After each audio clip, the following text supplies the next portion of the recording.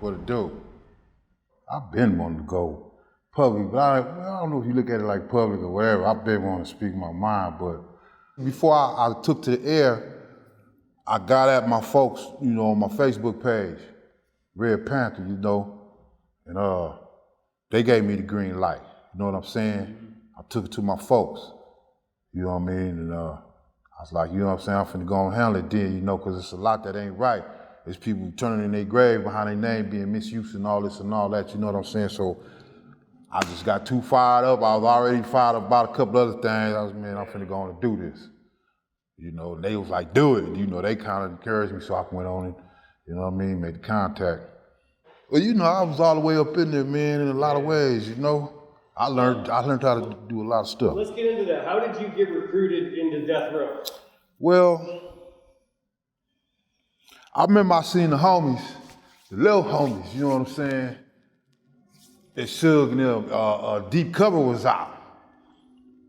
And so they had the Death Row Record, red Death Row Record hats. These little homies, though, they pushed their line too, So, and we was all over, Buntry them house in the shack, and they was banging it. They turned that garage in the back into like a party house.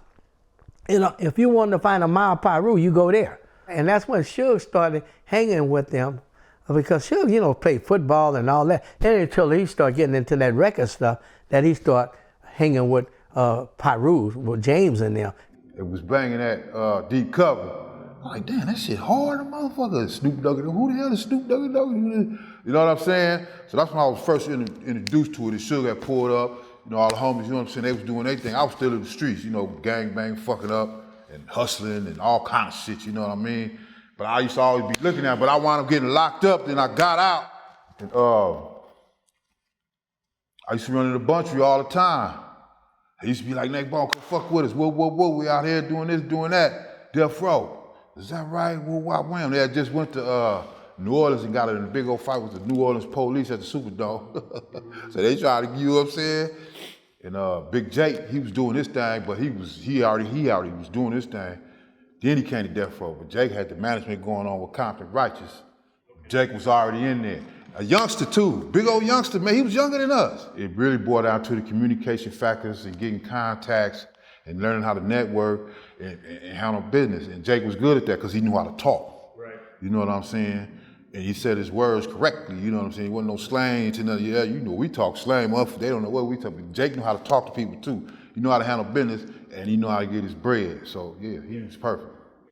I'm still in the hood. I was staying in Luce Park hood, Savage City in the duplexes. And I got into it with the Compton police. 2 Compton police, I got killed. And then after that, they went and got into it with the Samoans. You know what I'm saying? And some more shit, it was just cracking that day. It was a fucked up day. But they bailed me out. I was finna bail myself out, but Suge bailed me out. And I said, I'm cool, homie. You know what I'm saying? I had just moved over there. And they was like, well, come on, we same day. Ever since that same day I got out of jail, them niggas had me all over the place. You know what I'm saying? It wasn't even no money at first. We was getting into shit, and there wasn't even no money at first. It was just an idea, and we was just all putting our 2 cents in and learning and motivated and fired up, but we still had to come back to the hood and deal with the hood. But we was stepping into it. Buntry was already in bad longer than me. You know what I'm saying? Then when I got in, I used to sit next to Dr. Dre every day. That's how I learned how to do the boards. When they was doing After the Chronic, Doggy Style. He was making the beats for Doggy Style, doing remixes on Chronic or whatever, I used to be right there while he was working. He'd do all this shit, you know what I'm saying? And man, I just be they all be back to sitting and doing their shit, and it was always love. What's your Neckbone? They had just met me, and I had to take my spot from this fool, you know what I'm saying? Because Suge was like, going up in there to do be bullshit, woo woo. I get in, it's a big old motherfucker. So this, I guess it's my, you know what I'm saying, my put on or whatever, I don't know. But said, bam, you know what I'm saying? The phone rang.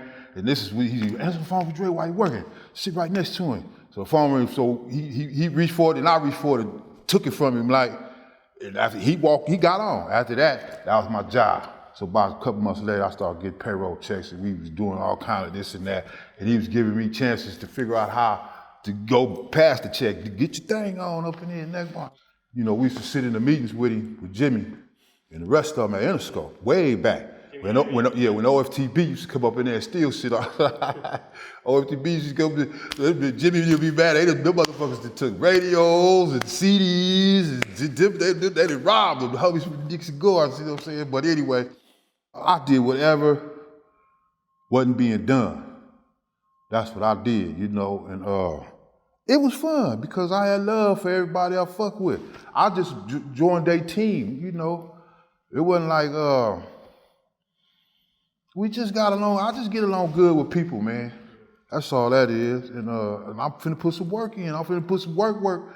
I got some good ideas and this and that. And I've been learning from Suge every night, fucking with him and Buntry, you know what I mean? And I'm ready to put to work.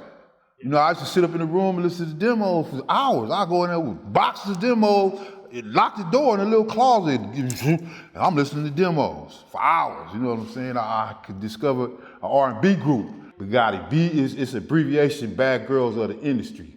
It was tight. I had to put the little whoop down because, you know, the cats they was messing with, you know, had to toe up, but they had made $1.5 million off of them. Get different deals when the record deals was big.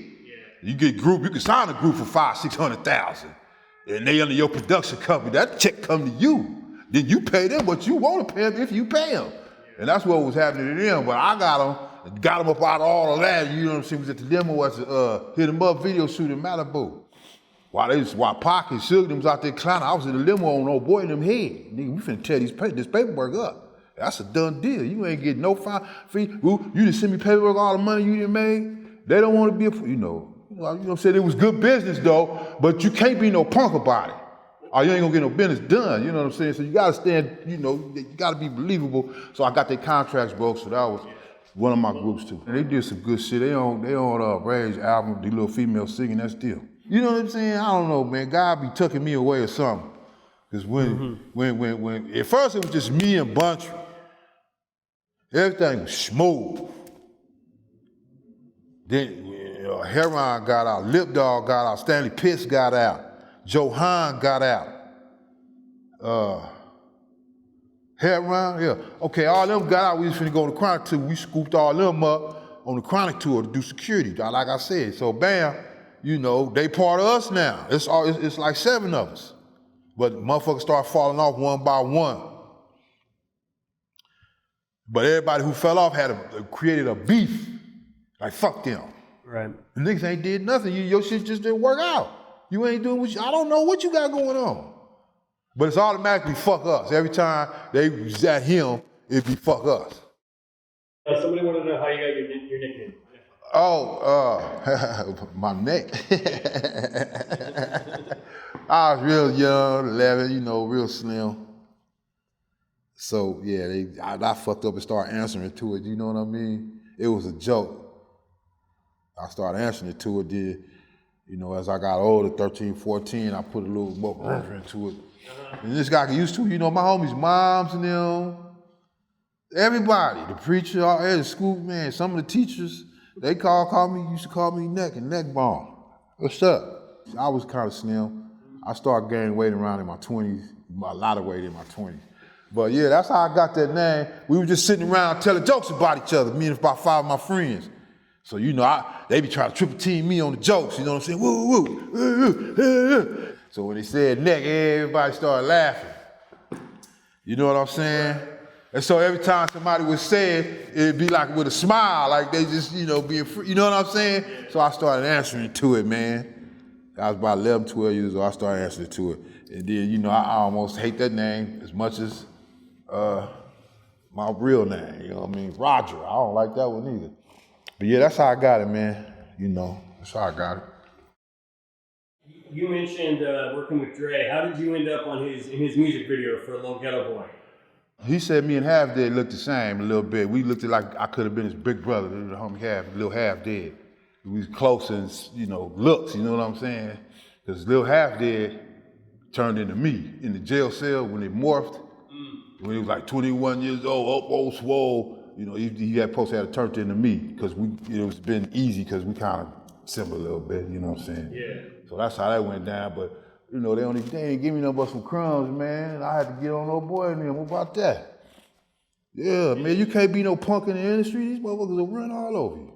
Yeah. And Buntry and Hindog were there too, right? Yeah, I talked them into doing it. They didn't want to do it. And my homeboy Hook, Andre Johnson, was with us too. You know what I'm saying? We had got pulled over by Carson police, Gardena or something. They thought we was from out there. You know what I'm saying? They just looked at all our tax. They was like, oh, hell no. So I had the Regal, so we went to the shoot. You know what I'm saying? And T. Rogers was there, Big Y was there, Red Run was there, Hen Dog, Buntry, and Hook. They all gone. But I was the one in the casket getting my casket shot. Did you know that was me? That's me. They came and shot my funeral up. That was me in the casket. I took one for the team, you know what I'm saying? He wasn't my best, but I was trying to learn and fit in and talk to people and just work and be a part of something positive, you know what I mean? Right. What do you think about the movie Straight Outta Compton and how it portrayed everybody? Well, one thing about it, you could get mad if you want to. That ain't gonna solve shit. But as far as the movie, it's a movie, you know what I'm saying? So they can say and do whatever the fuck they want to do. And that's what they did in a whole lot of parts. You know what I'm saying? As far as the homies up at Skate Land, when NWA was coming, because Skate Land, they skated, and then sometimes they just have a dance in there. It used to be the bowling alley. Me and my mama used to go up there when I was a kid, Mr. Woodley's, and Dudos was next door. That's where all the OG Pirus was party at on Friday and Saturday. That's what, I think that's what Bartender got killed at, after he did the magazine Portrait of an LA gang member, something like that, yeah. Portrait of a gang leader. He did that, and after that, you know, but I think it was in there. But anyway, we used to go to that bowling alley. Me and Mom used to go up there when I was little. You know, she had bought me my little bowling ball, had my name inscribed on it, had my little bowling bag, and we used to go up there and practice, but she was in the lead, and she'd be up there bowling. You know what I'm saying? But they tore Mr. Woodley's down, they gutted it, and then like in 86, 87, 85 somewhere, when I got out in 87 from violation of Chino, I got out, and the homies took me up there, you know what I'm saying? And it was on. It was NWA, EPMD, Mixed Master Spade. Man, there was so many motherfucking hot, and it went down. Right. It went down, you know what I'm saying? And it was never a situation where motherfuckers tripped on Dre or Easy or none of that shit. It wasn't never like that. If it was, I don't know nothing about it. Because we was banging that shit just as much as the other people. The other side, they got down and we got down. That was neutral ground. And NWA, they wasn't talking all that gang banging on wax. Right. You know what I'm saying? They just kept it Compton with the all black. And everybody could respect that because at the time, everybody was in the streets grinding. Black was the color for a whole lot of people. At night, you can't see it. You know what I mean? You in the hood, you grinding, but you ain't finna be wearing no, well, if you a smart criminal, you gonna have on black. So that's what we wore, them little windbreakers, the white fur and all that. Everybody had them. With the black khakis, with the Raider hats, the King hats, the Nike Cortez, the black chucks, everybody had them. We was all NWA fans, as they shit spoke our language. You know, then Quick Can, you know what I'm saying? Second to none. And then there was a whole bunch before them too, but you know, they took that route and they made it the biggest out of that route that they took. They started right there in the Piru hood, you know, even though they was Crip orientated or whatever, and motherfuckers showed them love from day one, you know, right now today. There is some new and disturbing video that will impact the murder case against media mogul Suge Knight. The video obtained by TMZ shows the January 29th incident where Knight's truck apparently runs over the two men. I don't think it was his fault because dude was swinging on him through the car. He didn't pull up and start swinging out the window. If Cleveland, see, I don't want to really just go straight at somebody like that. But what I was going to say in the area of, they blame it on Suge for running him over. The boy should have let him get out the truck. Instead of swinging on him through the window, you should have just said, get out, let's get out if you just want to take a head up fade. I hate to say it, homie, it was approached in the wrong manner. Let him pull up, let him get out the car. Any real G is gonna, nigga, get out, pull over, park. I'm not finna come trying to swing on you through no car window, especially no 350 pound. He can't, man, you know what I'm saying? That's just the truth, man. Yeah. That wasn't that man's fault, man. He shouldn't even be in jail, homie. Now, I ain't just saying that because he's my homeboy. That's on the real. Do you think he knew Terry Carter was behind him? Yeah.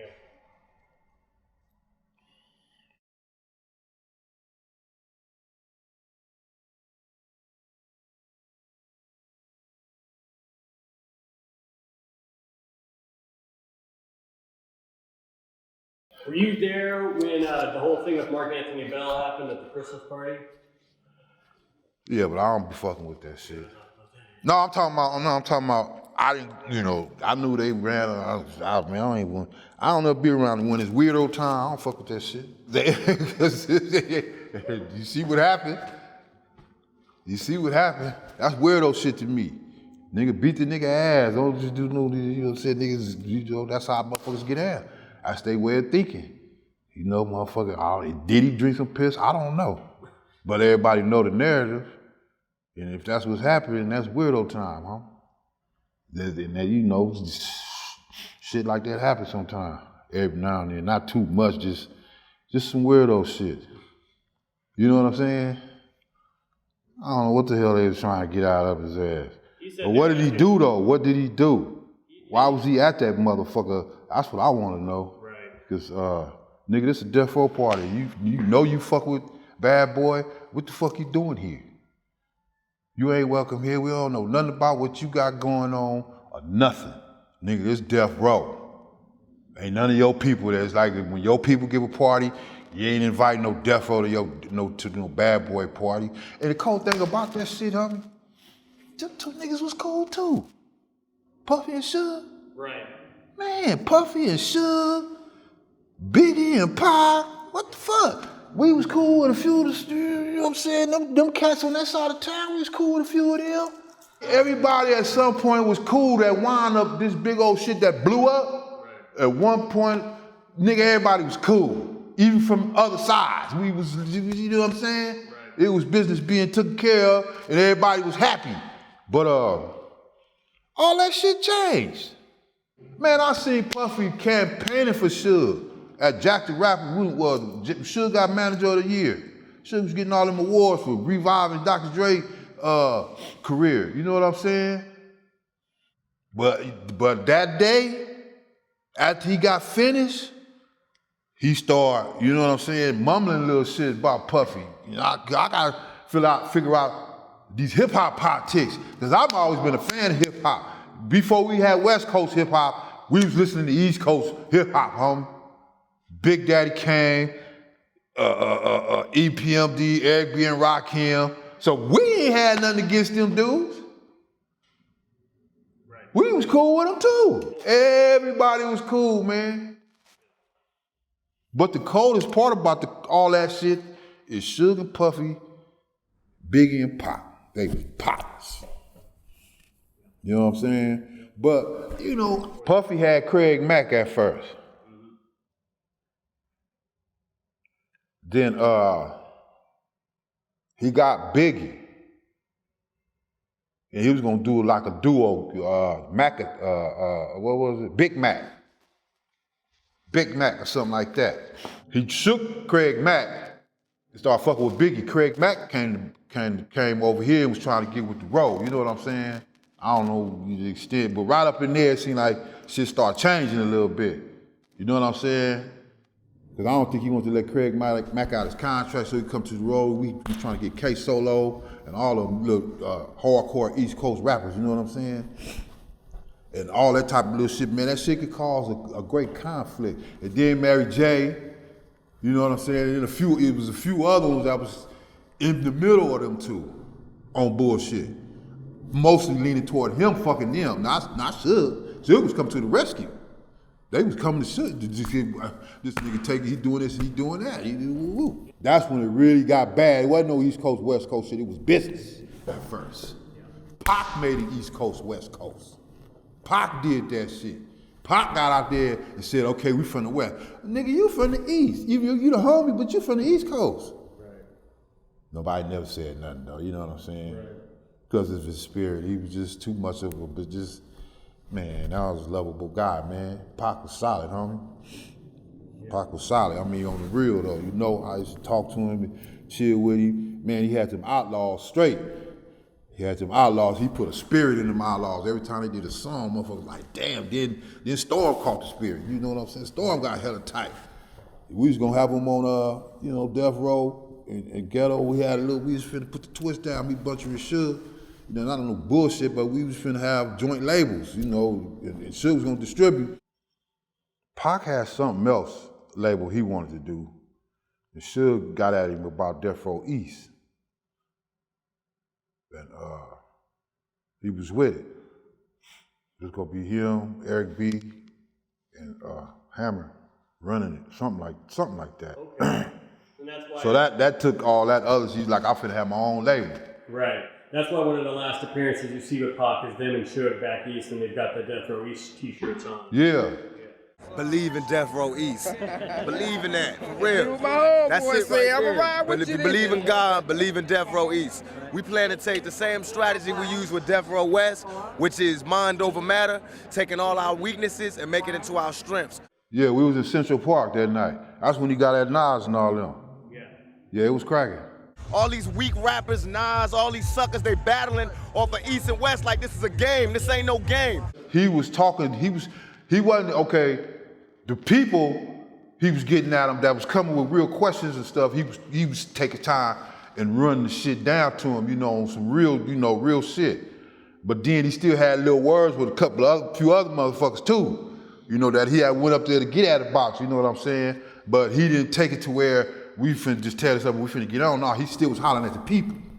You know what I'm saying? Taking time, taking pictures, autographs, and doing, selective speeches about business and about, Black Friday and all. Pac was so, he might over 20-something years old, man. But yeah, so we left up out of there and everything was cool though, you know what I mean? We left out of there with a good vibe, but we was expecting anything, But, the people, they love Pac, man. You can't help but love a solid cat like that. So we had stacks of Death Row East picket signs, what you call them?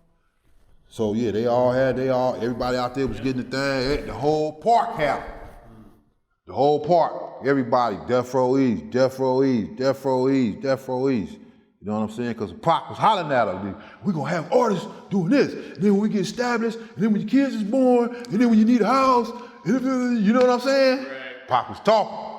Death Row East. It's like this, homie. You're not going to agree with everything your business partner do. You know what I mean? Suge was the businessman. Suge was the one that made all the money. Suge was the man that made all the decisions. He wanted Pac to go along with him because I done already did it. I got your shit cracking. Do it my way. You know what I'm saying? As far as like, keep it in the family. You know what I'm saying? Don't run off with all this and I done did all that and I done got you out of jail. But they shit was deeper than that. But that's what people probably would think. Well, Suge did this, well, probably did it. They was just tight, man. They was just tight. So I'm quite sure they had a couple of disagreements. Right. I'm quite sure. Pac ain't no punk, Suge ain't no punk, but they was like brothers. Now, man, I done been in the club with him and Pac, and they was lounging.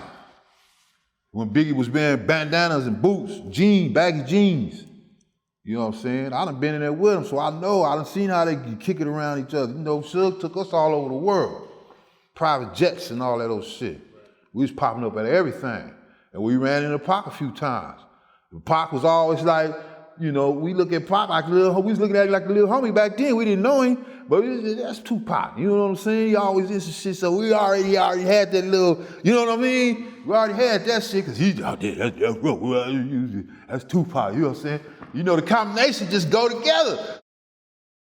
Greg Kading and the LAPD reinvestigated Biggie's murder, and his investigation led him to Poochie, Wardell Fouse. Did you ever have much interaction with Poochie?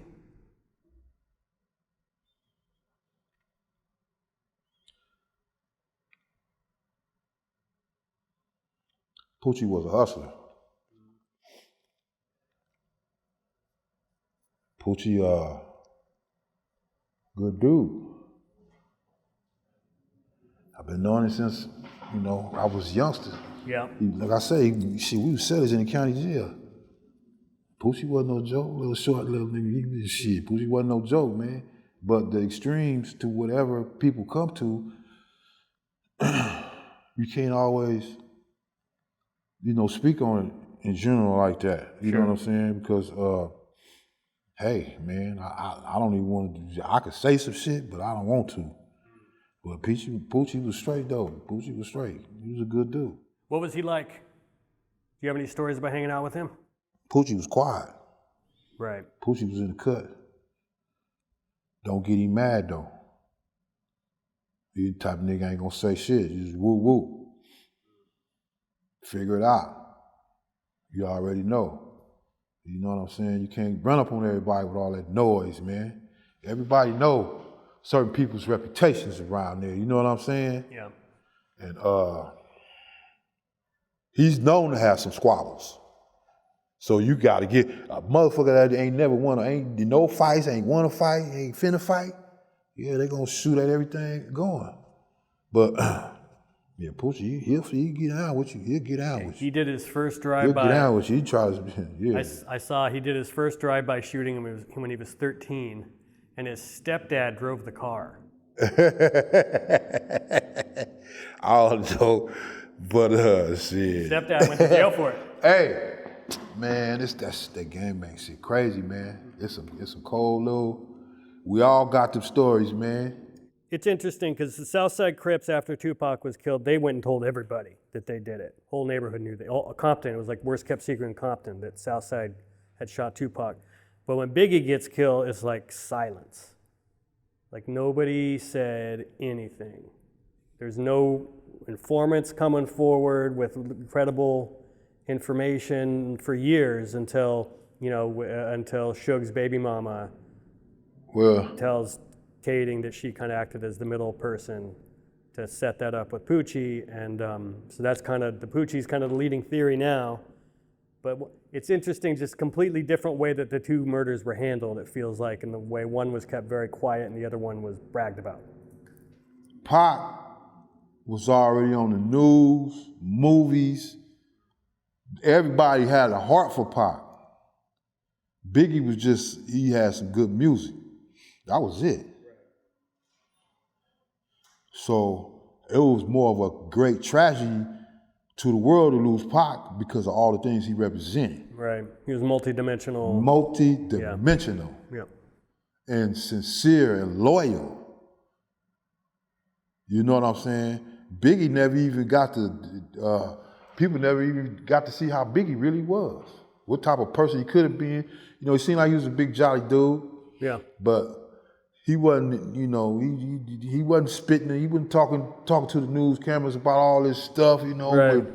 with literacy and accuracy, he just talk about partying and we Pac getting down into it. So did you for years. So did you hear though that when Biggie and Puff come back to LA, February I think is when they came out. So it's only been a few months since Tupac was shot. It's been 4 or 5 months. They're already out in LA. Is there any thoughts back then about Big goes on the radio and raps Long Kiss Goodnight 1 week before he's shot. People perceived that as a diss. Was there people talking about, like, what are these guys doing out here? Yeah. But it was a distance between the West and Biggie. You know what I'm saying? Wasn't nobody really trying to be close to Biggie because Pac had everybody, man, he had everybody on his side. Yeah. Everybody was on Pac's side, man. So it was a lot of people out here was saying, fuck Biggie. It was enough for him to go gold or whatever on them records. But because of Tupac, it was a gang of people out here, they didn't give a fuck about Biggie. So yeah, when that happened, it wasn't no great tragedy to people out here like when Pac passed away. Right.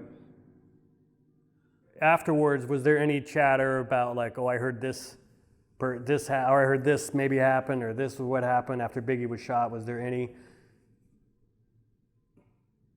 Well, this is normal shit. Yeah. You go through so many shootings, I've been shot at so many times, the homies. So was that Biggie just kind of another shooting, basically, in a sense? No,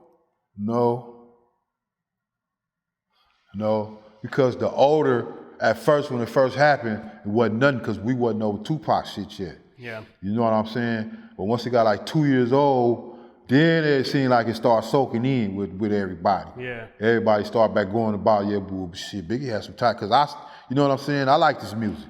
Yeah. And I didn't think he was no bad guy, and I don't think he had nothing to do with nothing. That's a question I have for you. Why, if Biggie's killed in revenge for Tupac, why him? Why not Puffy, or why not Keffy in Orlando? Why is Biggie the guy? Do you think the mentality was let's? Because Pac was gone, and he came out here like it was his. Well, that's how people could, perceive it. Because he shouldn't have came back out here. He shouldn't have, damn sure shouldn't have been talking about who shot you. So ain't no telling who that pissed off. Because there was some diehards out there for Pac. So it ain't no telling, man. To be honest, it ain't no telling. Because anybody capable of that would happen, how it happened, where it happened, and the whole nine. That ain't nothing hell of a major. But who it happened to was major though. So that make it a situation. But we see that shit all the time. The witnesses claimed that the Biggie shooter was dressed like Nation of Islam. Would a Piru have worn a disguise to throw off tracks, or? Man, anybody would, you know that, dog. You know what I'm saying? I will say, Yeah. Shit, I'm gonna be honest. It could have been anybody. Anybody, man. Yeah. That's like when Martin Luther King got gunned down. Malcolm X got gunned down, you know what I'm saying? Right. John F. Kennedy. Yeah, JFK, it's easier to make a list of people who didn't want to kill him than it is people that did. Yeah, you never know. You know what sounds good because it all leads back to Suge. Right. So whatever story you connected him, it's gonna make money. Sure. That shit ain't true though. Yeah. That shit ain't true. You don't think he shouldn't be in there? But that shouldn't happen to Kerry Carter. Yeah. But he shouldn't even be in there, man. Right. Do you remember when Poochie was killed? Yeah. It was like 03, I think. Yeah, I think he was on his motorcycle. That's right. Yeah, he got shot like 10 times in the back. That's when you start hearing. It seemed like after Suge and them got shot at in the car, everybody started getting shot in their cars while they was driving and shit. It was about 6 or 7 shootings like that, and all of them got killed. Wow. Snake from over there, Fruit Town, he got gunned down on the freeway, and his name was coming up and shit. You know what I'm saying? And Poochie got, that shit happened to Poochie. And then, the other people we already spoke on. Yeah, Chin Walker got shot sitting next to Poochie. Heroin, Yep. Hen Dog, Yep. Big J, Buntry. Yep. And did not one of them start a beef with somebody. They was just a casualty of war. They wasn't into it with nobody. They was guilty by association because this is who they fucked with. But we all homies. You see, a lot of the G homies had life at that time. A lot of them was gone. They all home now, and they on the pavement. They trying to get shit back right. But we don't want to lose no more. We done lost enough. Nico, we lost little Nico, little nephew.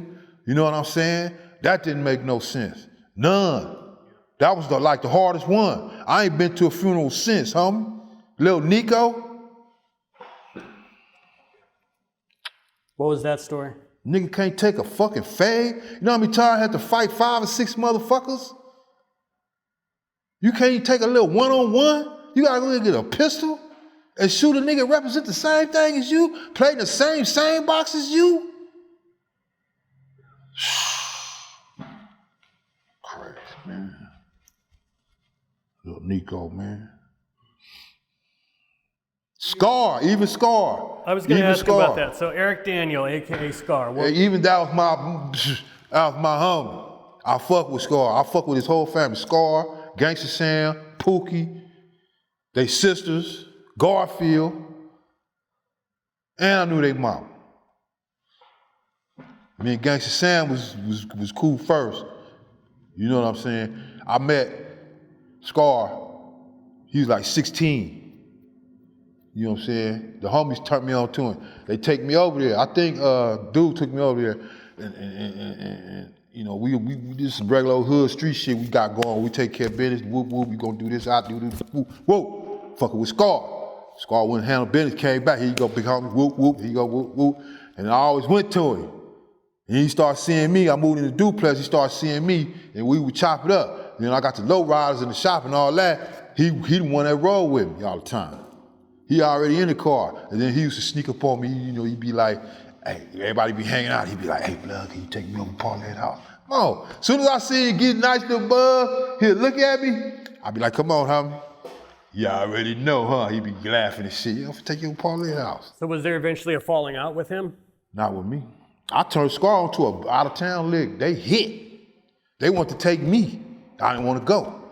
So then, I guess there's a claim out there that Scar might have had some connection to Buntry's murder. I'd never heard that anywhere else, so I don't know. Yeah. That's why people wondered if you knew him and how you felt. It's like, yeah. I don't think so. I doubt it. Yeah. I doubt it. But this is what you guys, man, well, I can't even go into that. It's just a lot of shit I can't say, man. Yeah. I wish I could, homie. No, I get it. But I can't. I get can't. it. But I'm gonna try to leave you with a little something. It's just that, you know, everybody got who they fuck with. You know what I'm saying? It might be these three homies over here, that's who they, might be 5 over here. We all homies, but this who we mainly, you know what I'm saying? Like how me and Buntry was, you know what I'm saying? Or me and Timmy Rue. Me and Timmy Rue used to hang real tough. Me and Hen Dog used to hang real tough. You know what I'm saying? Me and Lee Foy used to hang real tough. Me and CJ used to hang tough. I got homies that I used to hang with, Tim Robson. You know what I'm saying? But it might be some shit with him and him. You know what I'm saying? So, you know, you kind of be around the motherfucker that done did something, everybody know, you know, now they gonna affiliate you, you know what I'm saying, with what happened. And you ain't had to do shit. Gangbanging, man, and hood shit is a motherfucker, huh? That shit ain't no joke. That shit worse than the United States politics. It's worse, harder, and way more complicated. Way more complicated, this hood shit, man. People always want to know what happened. Suge goes to jail, 96, 97, parole violation. In all this, over the next few years, all this infighting seems to happen between the different Piru groups around Death Row over stuff about stolen car parts. There's claims that guys are keeping cars and don't want to return them, like that supposedly was George, he got fired. Do you know what, first of all, do you know why George was fired? Are you okay talking about this? Yeah, I know how to touch on it. You got a situation where you got a job, you work for somebody, and you got a job description. You do your job description, then some kind of way, it's not looked at with the same amount of respect as it was before, for some reason, as to where you got a person dealing with you, okay, they cool with how you whoop, wop, wham. Then you got another person that was there before that now they look, you doing all this with whoop, but I was there through whoop, what about me? You know what I'm saying? And it seemed like a choice was made. And whoever came up on the short end, which they already done said who came up on the short end, you know, if G came up on the short end of that, he wasn't feeling that. You know what I'm saying? And you know, I know he's upset about that, but this is what you gotta understand. None of that shit should have happened. Because first of all, you can't be sending on homies against homies, or homies can't be getting involved in the wrong stuff. Everybody, man, these guys are dangerous. And even though we know each other and been knowing each other since babies, man, there's certain shit you can't do, man. There's gonna be repercussions to anything. Ain't nobody accepting a motherfucking thing. Ain't nobody accepting nothing. You just knock me out, I'm cool with that. I'm finna come back and smoke you. So somebody got knocked out? What happened? Nah, I'm just saying. Oh, just in general. In general. Right. Ain't Doesn't nobody matter. accepted nothing. Right. So if you went and did this, what you think is it's gonna be, I don't know who, what, or where, what, or nothing, but it's finna be the same shit. Back and forth. So George Williams gets fired. Yeah. Suge wants him to turn his cars back over. He refuses. Did you hear that? That whole situation? Yeah. He, I don't know. That sound like that could be something that had to do with that. I was in the penitentiary, but I don't see nobody going for that, you know. What led to just this spiraling situation where guys started getting killed over? It seems like over this. Seems like over George. You know what I mean? Like. Yeah, but it was basically.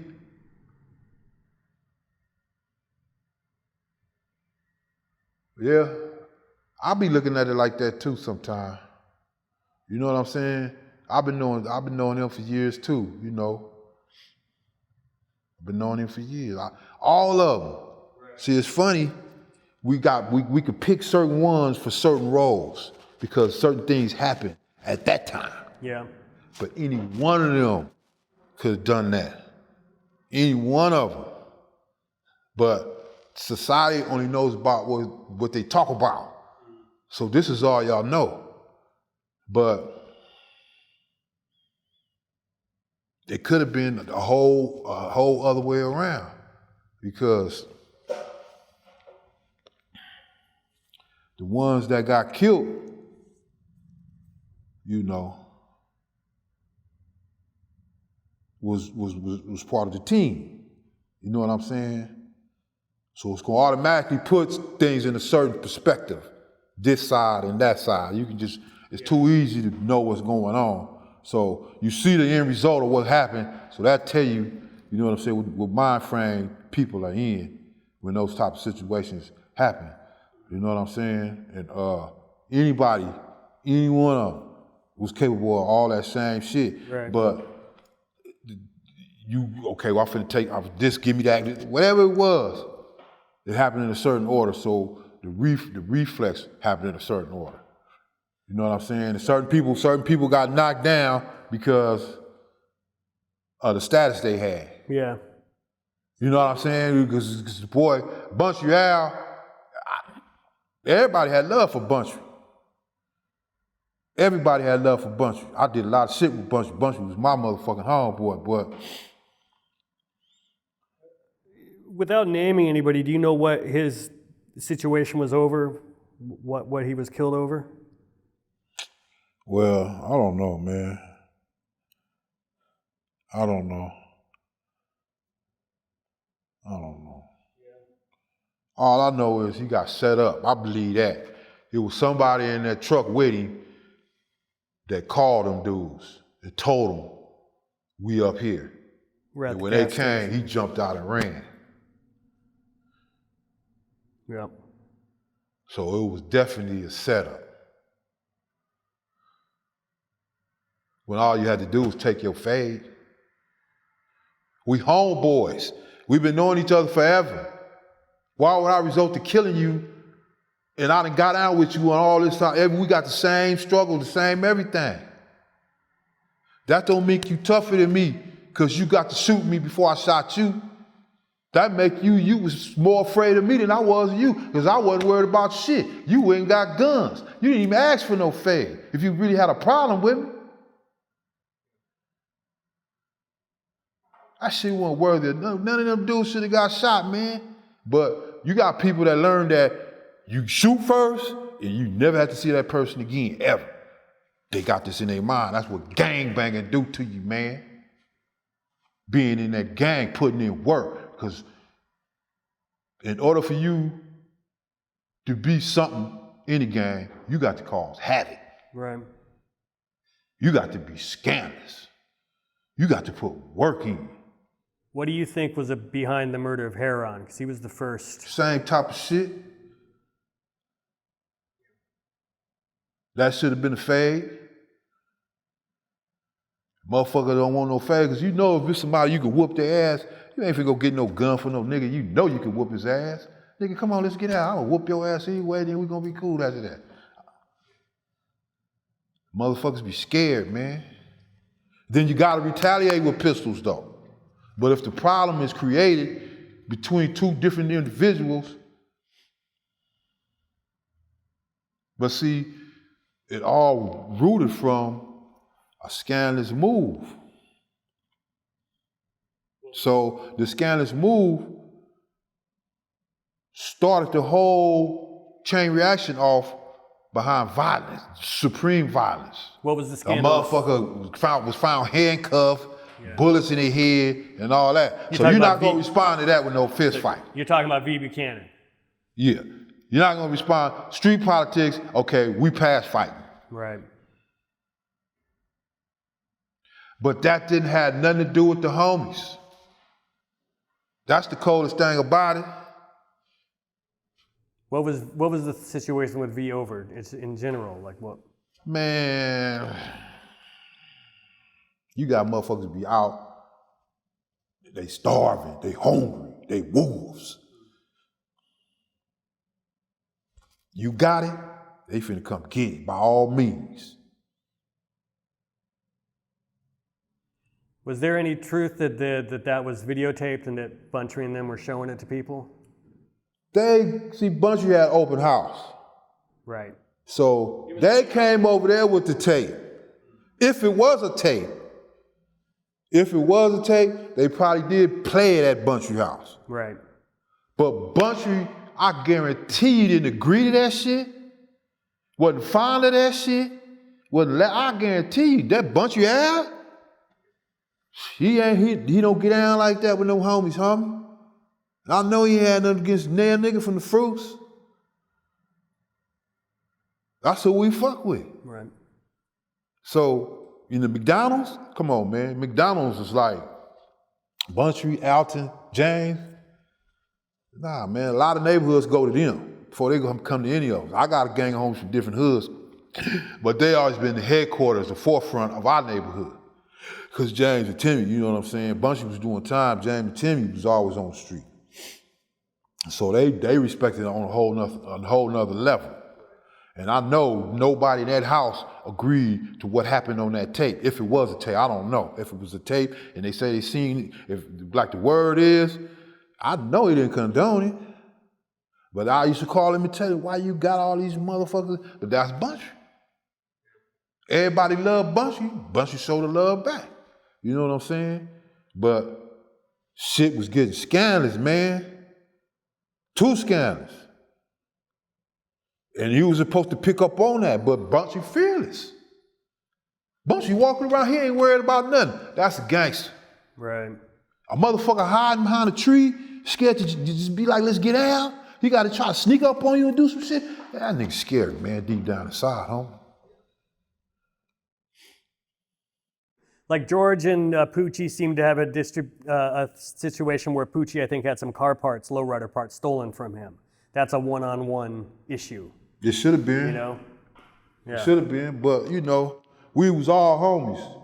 They was all homies. We was all homies. Everybody was homies, man. That's the biggest bullshit about everything. It wasn't like you was just strangers in the streets or you just heard of this guy. All these guys used to hang around each other. And then they all used to hang around each other at Buntry house, chilling for years. Right. For years. Everybody came to Buntry in them house. All them dudes. I'm talking about when they was young on up. Yeah, they said there was like kind of a back garage area that was just kind of like a clubhouse. The shack. Yeah, The shack. called the shack? That shack, man. Yeah. A few homies that lived in there and all that. That was the shack, man. Yeah. Yeah, their mama took care of us, man. That house, and we got some more houses too. You know, Mr. Ray and them. Heron was up in that area too, kind of. Yeah, Heron used to stay right there where my daughter family stay at, on Holly and Bells. That's where he started at first. Then they moved to our side down there on Stone Acre somewhere, by the Catholic church. You know what I'm saying? But he picked up, but he used to stay in Inglewood too, because Heron was from Inglewood family, and then he was from Lewis Park, you know what I'm saying? And that's how him and Ace was real tight. Him and Ace, whoo, they was some cold ones too. There's some cold ones, man. There's some cold ones, man. You know, China Dog, oh man, ooh-wee. You know what I'm saying? That's P-Funk right there. But Stanley Pierce, got a lot of them, man. Bob Louie, you know. It seems like some people are afraid to talk about George. Yeah. Why is that? Why, if all the guys, why is he the one people see? Because he gonna sneak up on your ass. Yeah. Hey.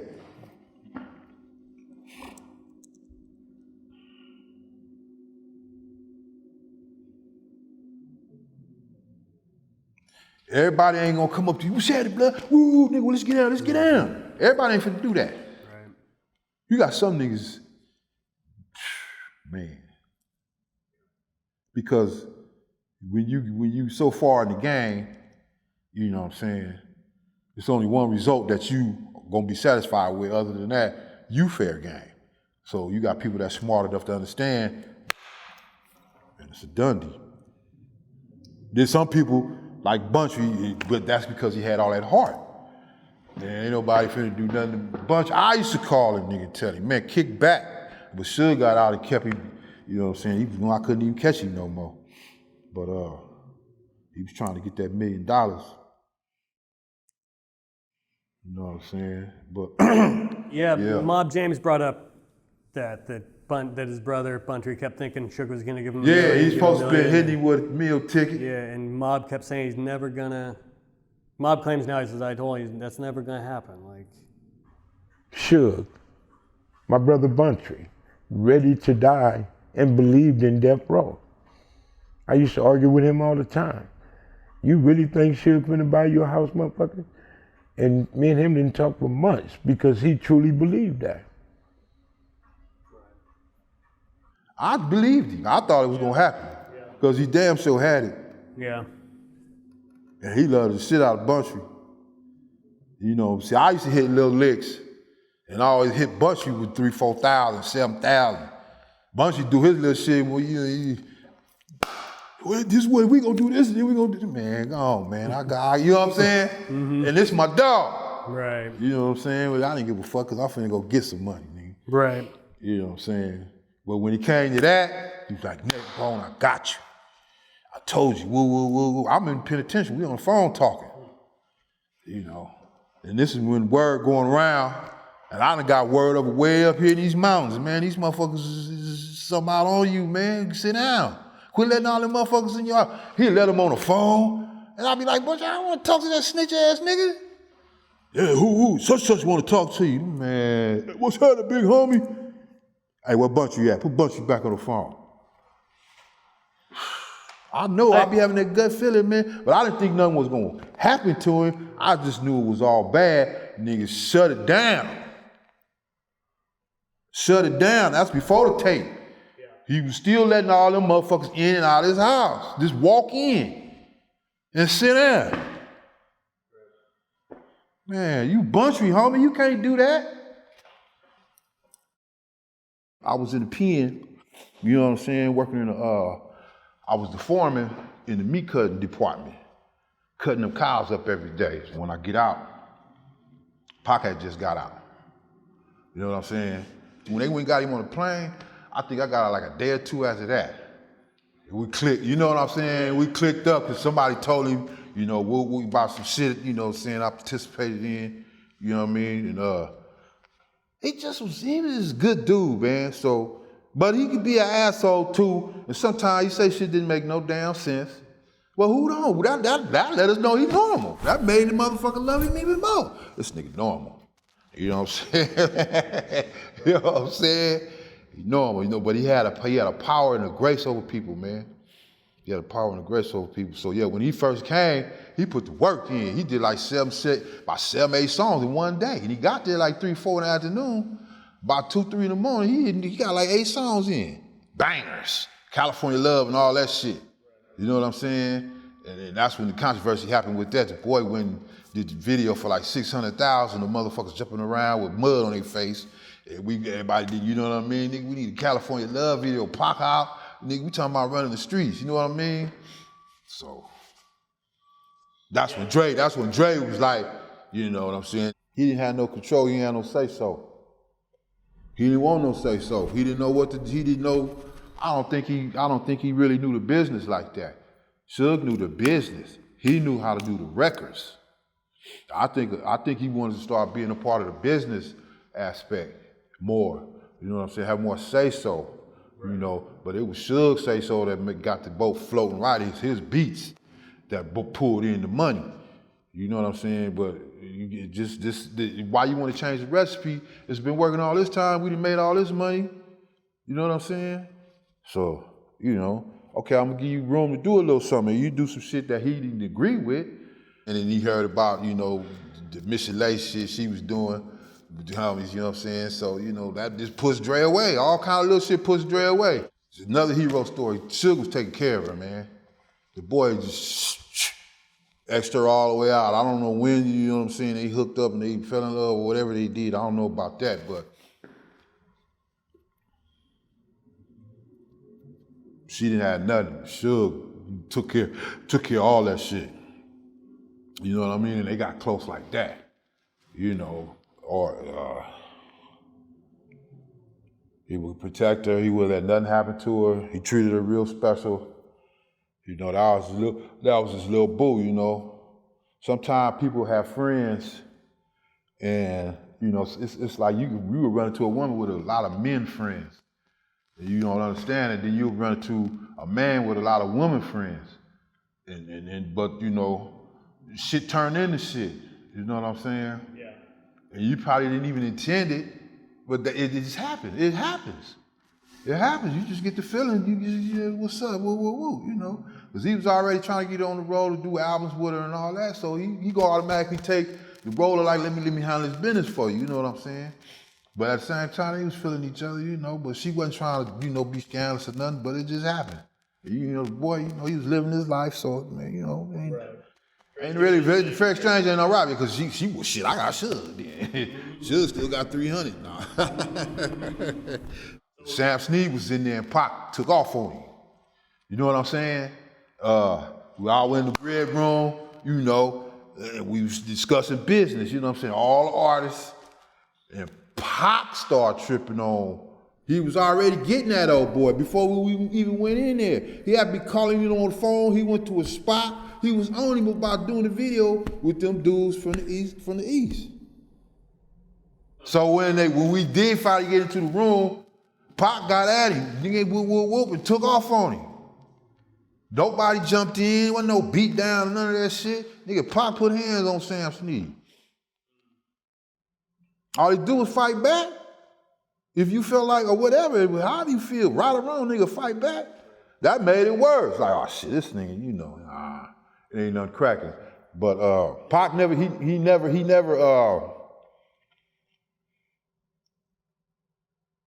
started nothing with none of the artists. He never had no disagreements. Whatever they asked Pac to do, he came in there and let's do it. They always say everybody was jealous of him and this and that, but Pac brought love to the table. Him and Dre, he used to be pumping Dre up, Dr. Dre. And Dre just went and left funny style on him. Like Dr. Dre, he sang with Snoop. Snoop Dogg. You see Snoopy, you did, man, he loved them dudes. I don't know, man. One time he came, we was doing a video, way back. And he popped up at a video shoot. It might have been a little ghetto boy, huh? This before Death Row and everything. You know what I'm saying? Yeah. So bam, you know, when he came in the little trailer thing, and they shit, man, motherfuckers act like he wasn't even nothing in it. So he put his tape in, cassette tape in, and you know, I'm like, yeah, that shit kind of bumping. Woo. Brenda, had up, baby. You know what I'm saying? That shit tight. Niggas was like, Pac, he just wanted to be a record label that was his, and he pushing it, and this is his thing. But he didn't know nothing about the business. If he did, I don't think. Suge knew the business. And then Suge, you know, Suge knew the business, man. Right. Evidently, everything was going right. So he felt like everybody that he dealing with that feel like they can make these kind of moves, they need to come to him. I did the same thing. If he ain't a part of it, I don't even want to fuck with him. Right. You know what I'm saying? I ain't been out here trying to do no managing. I ain't been out here trying to start no labels. I ain't been getting at no artists. I used to do all that shit. Suge gone, shit, it's over. Pac talked Snoop into asking this girl to marry him. But he convinced, he talked to him. We was on the private plane, and Pac was tripping. Killer had hung himself. His dog, his number one dog, Red-Nosed Pit, had hung himself. He was telling her not to put the chain around his neck or some shit, and he wound up hanging himself, so it might have been some other shit to go with it, but they was kind of at ends with each other. And Pac stepped in and was like, look, check this out, homie. You got a good woman. You know what I'm saying? You needed this, you needed that. He said, Snoop, we on a private plane. Me, Buntry, Pac, Snoop, Trey, Hammer. The whole flight. You know what I'm saying? Like a big brother, little brother, like a father, and Snoop cried a little bit, you know what I mean? But he's like, man, marry your girl, homie. Get your family, y'all already knew what you mean. You needed this, you needed that. He was like, Snoop was talking like, shit. He's like, you know what, you right. You know, this Snoop used to be, Snoop, man, but I don't know what happened, man. Shit happened. You can't explain to everybody why people do everything they do. That wasn't the flight where Snoop said he hid the butter knife in his pocket? Yeah, but it wasn't nothing on the plane. Nah. That was different, right? That was a different flight. Nah, didn't even happen yet. You heard that story though? I was there. He didn't have no knife. Oh, he didn't have a knife? Wasn't no knives on the That was just from, we was wondering why he didn't show up to the shit. And Pac, you know what I'm saying? Pac went out there for him, and the shit started happening. He never showed up. It was at the MTV Awards. He went to a radio station. They wanted Pac to go. Pac said, no, I'm going to the park with the homies. Behind what happened to Snoop. So, bam, anyway. Yeah, no, he had love for, we got a man out Snoop. Come on, man.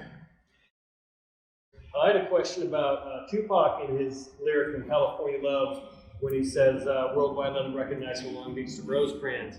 I saw a claim that some Crips took issue with Tupac out in public someday because they took that Rosecrans reference as being a Piru reference.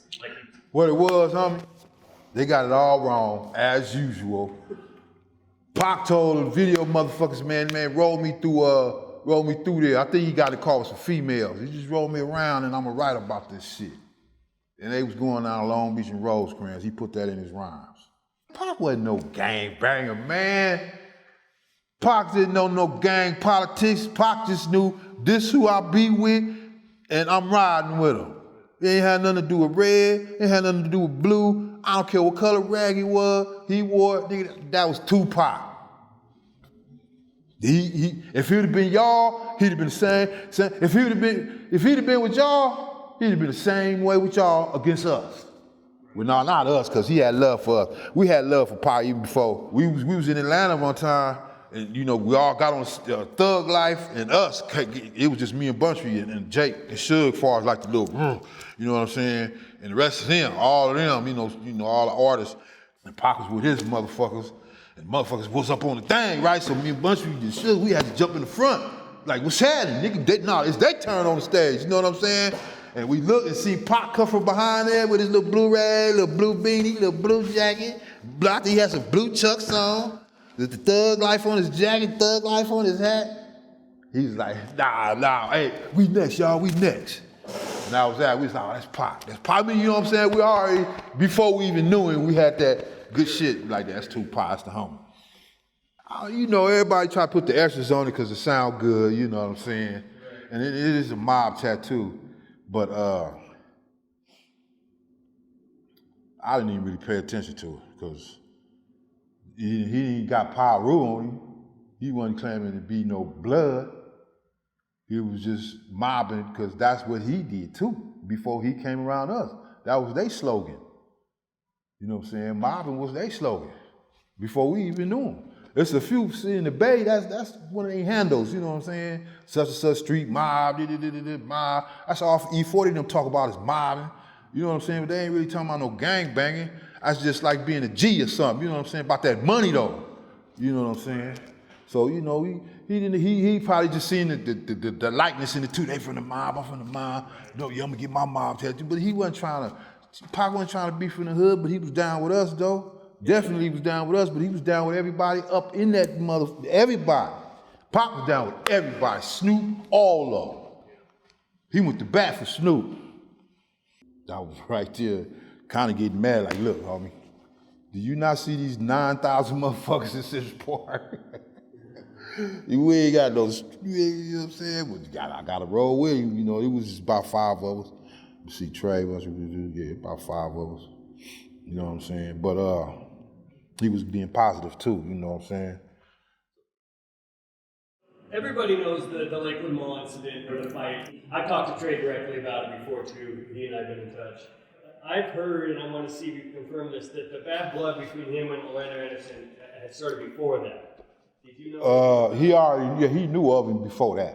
What was? I don't know, cause Compton is funny. You know what I'm saying? Them niggas could have been best friends before. I don't know. That's how it should be.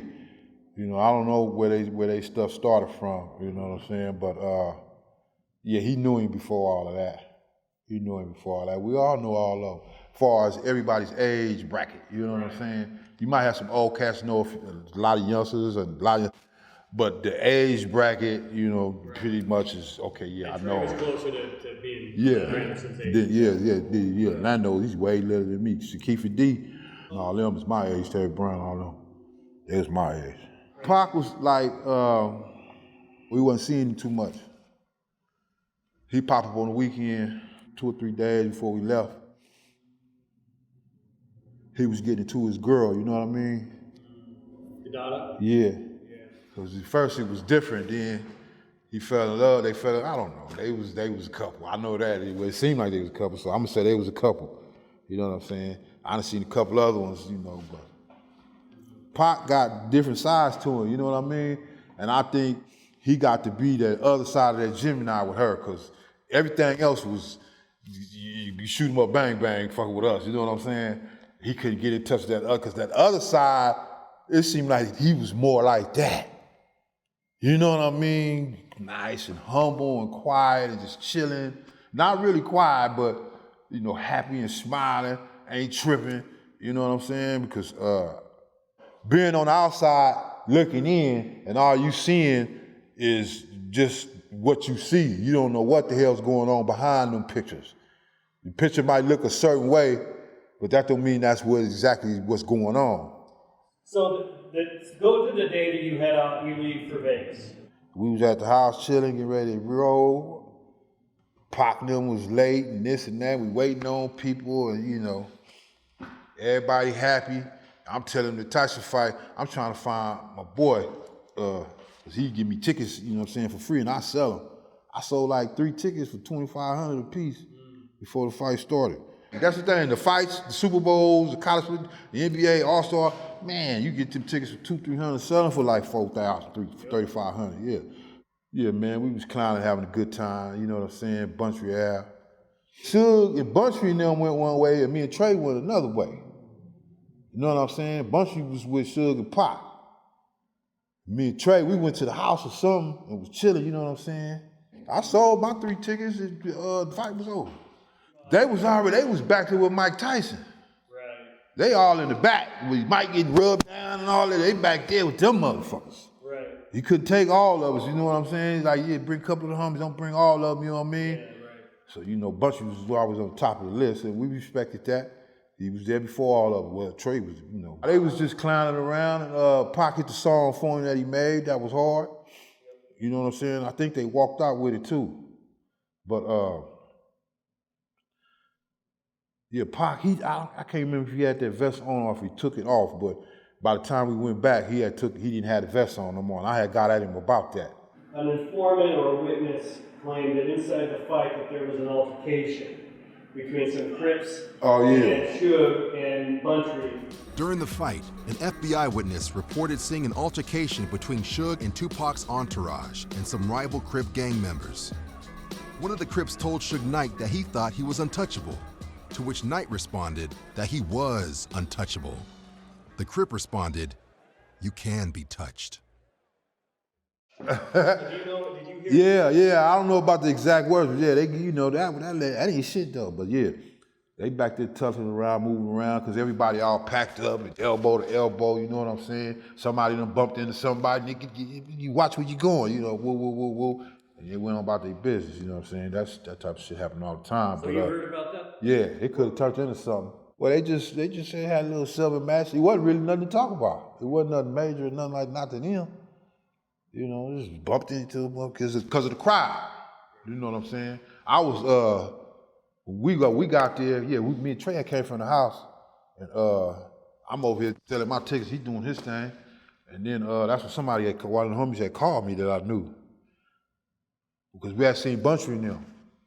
Pop, he over here, he over there, man. They came out. We was right there by where the MGM and one of the exits to the ring. You got different exits. They come through on the carpet like, and the casino door is right there.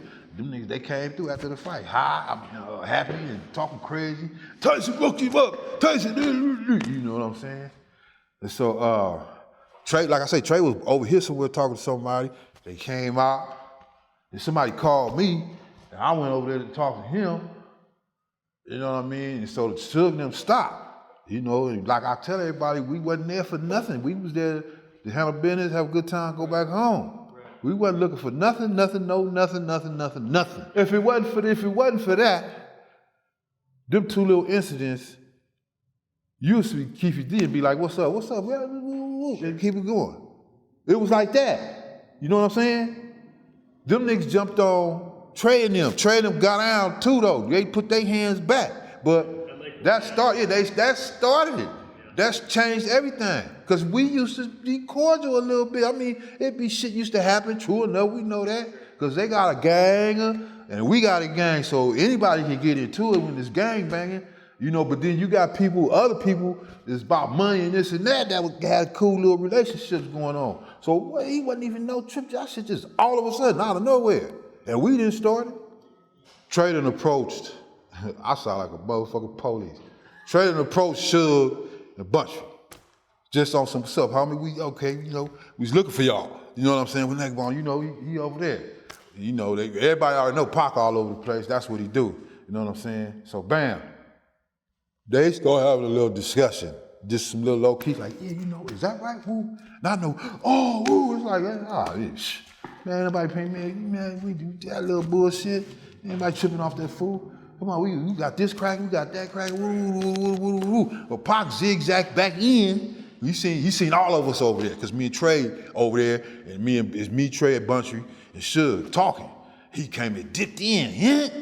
And motherfuckers just saying this, just, you know, damn near talking in code. You know, didn't nobody say, hey, Tupac, you want to go? Hey, man, what we gonna get at Pac for? Ain't nobody never got at Pac about going to do nothing, ever, not one time.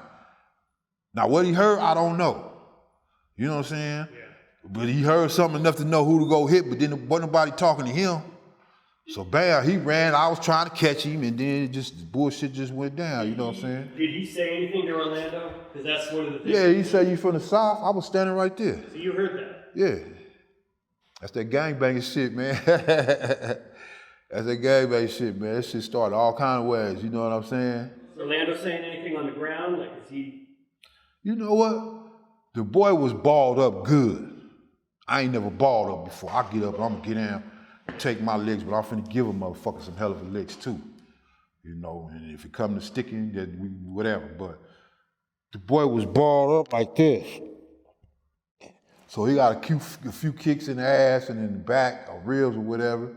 You know what I'm saying? And motherfuckers was gone. Suge was trying to break it up. Trey wasn't doing nothing. Tupac wasn't doing nothing. You know what I'm saying? Did Orlando say anything? Nah. You never heard him say? No. There's a story that he said, fuck you and your money. And I ain't hear none of that. But when you watch the video, there's no time for him to say anything. Nah. He's still on the ground and you guys take off. Yeah, he can't, you know what I'm saying? I'd have been in way worse situations, man. I'd had to fight whole modules of Crips. That little shit wasn't nothing, homie. You know what I'm saying? But at the same time, you know, I ain't sitting there proud of it, and to be honest with you, this shit have never happened, man. You know, but it did. Just like all this other gangbang shit happened. You know, you can't blame that shit on us. And everybody get in when it's time to get in. You know, ain't nobody trying to play fair. And motherfuckers ain't never played fair with me. Yeah, plenty of times I done been by myself. So, however, whatever. But you know, I ain't on that no more. But it was on when it was on. But I ain't on it like that no more. I look at life in a whole different perspective. You know what I'm saying? I'm still get down. I'm still from the hood. You can't never take that from me. I'm from the mob, but I ain't running around with no attitude toward nobody. You know what I'm saying? I get along with people and everything is all good with me. Before that incident, did you know what Orlando Anderson, did he have a reputation that you were aware of? Or nah. He's just a name? Nah. Man, there's so many of them dudes over there, man, that's hitters.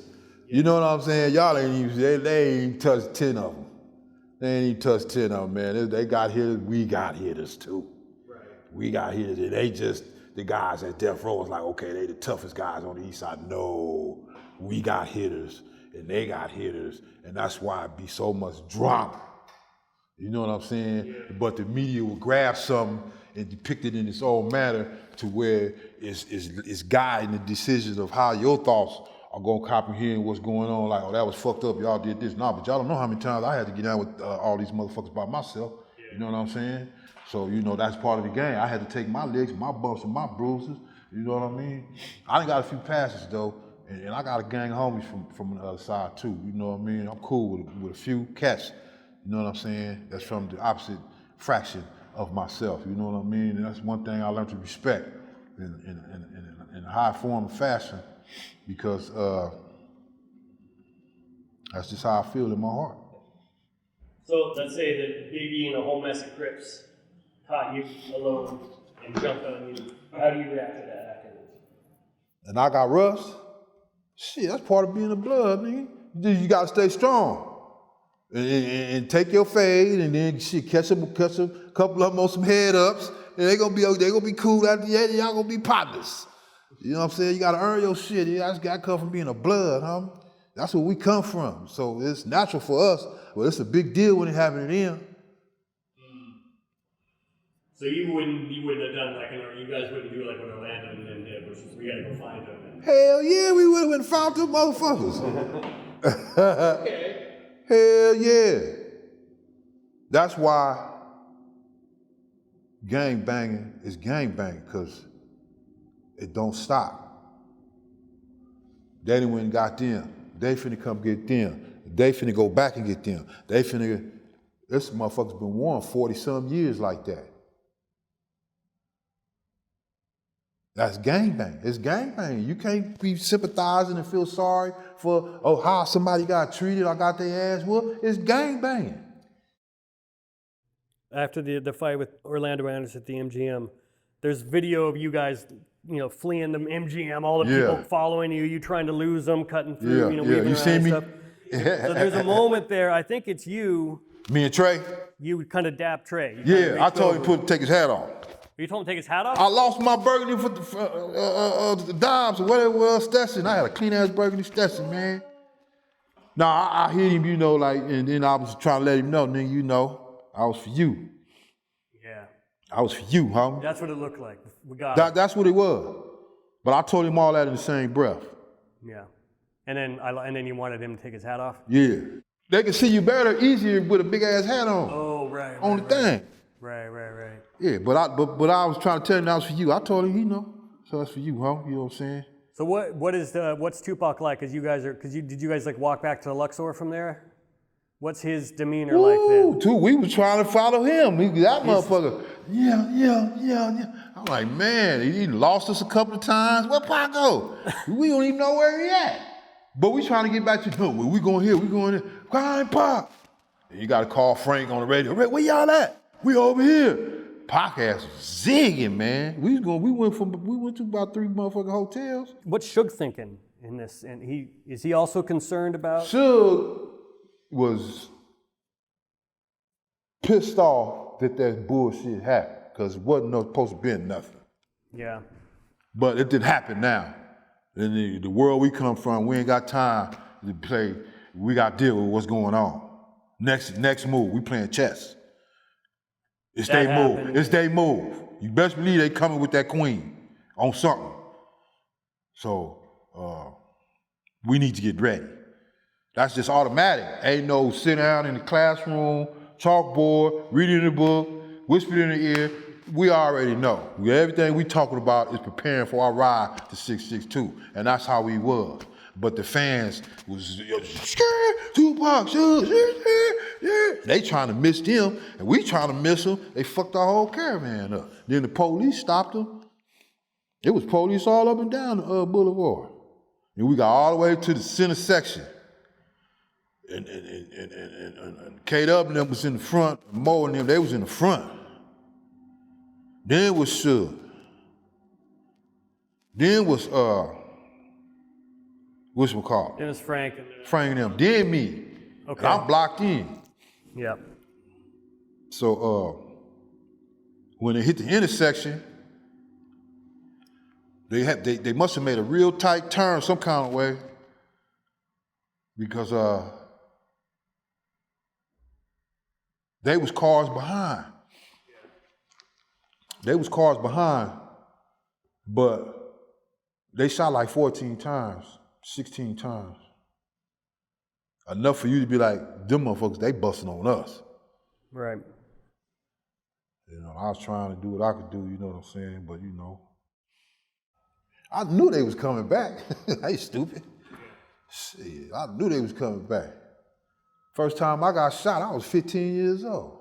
And I knew I was gonna see, that's what's so cool about it. I knew I was gonna get shot. That's all I talked about, all the way to the party. I'm finna get shot. We was about 15 deep. We walked from the hood to Washington in the laundry. Got in a big dice game. I had just put a nigga down for like $400-500 and got broke. I'm trying to get back home and go back out and get some money for the goddamn sun come up. I'm walking down the street, around the corners, there's a Crip hood. And them motherfuckers pulled up on me in a Volkswagen, like, what's happening? And I was like, hey, and I threw the P up and they bust on me one time. It hit me in the hand, blew my hand up.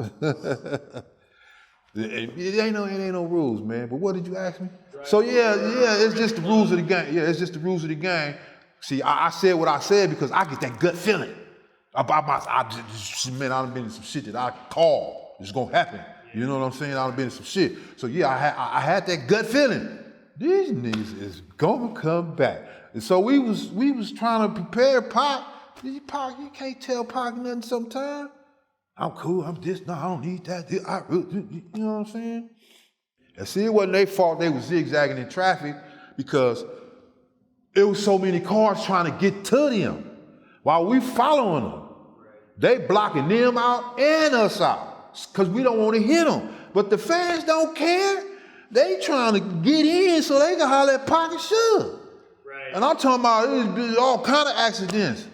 Yeah. Because of the fans. So you can't run into them. So they being, you know what I'm saying? Man. And these guys pulled up and was like, let us in front of you. Lauren said, that's security. You have to let them in front. Yeah. But Suge and them was trying to get up out of it, and that's when they got pulled over. Their music was loud, but everybody's music was loud. Vegas was loud. It was fight night. It's Vegas. Ain't nobody tripping on that. They just seen how crazy they was driving. But if Frank had his pistol in the car, why he didn't bust back? Because he, at the last second, Pac told him to take Kadada's car. And Frank decided not to make them wait because his heart... He took Kadada's car? It was Kadada's. You bullshit. Him and Outlaw. Yeah. That's why his gun was in his personal vehicle, which they left behind, so he didn't go out. Damn! And I never even knew that, man. Yeah. What the fuck you take Kadada there? Pac asked him at the last second to take, so he... Yeah, it's like you can't, when it's your time, man, it's gonna happen, man.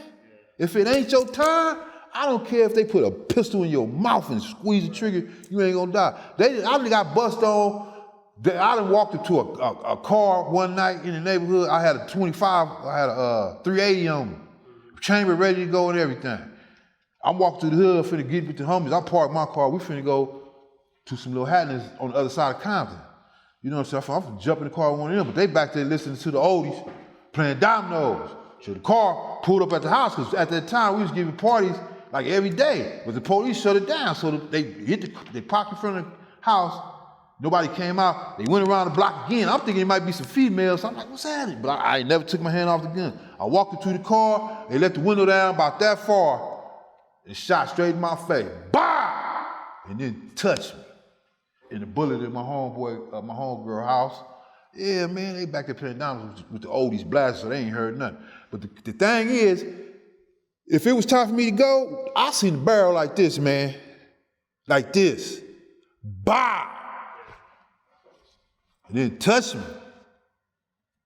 Because when the shots was first going off, and they shot so long, my stash is you can't, I needed a screwdriver or something to bust it open.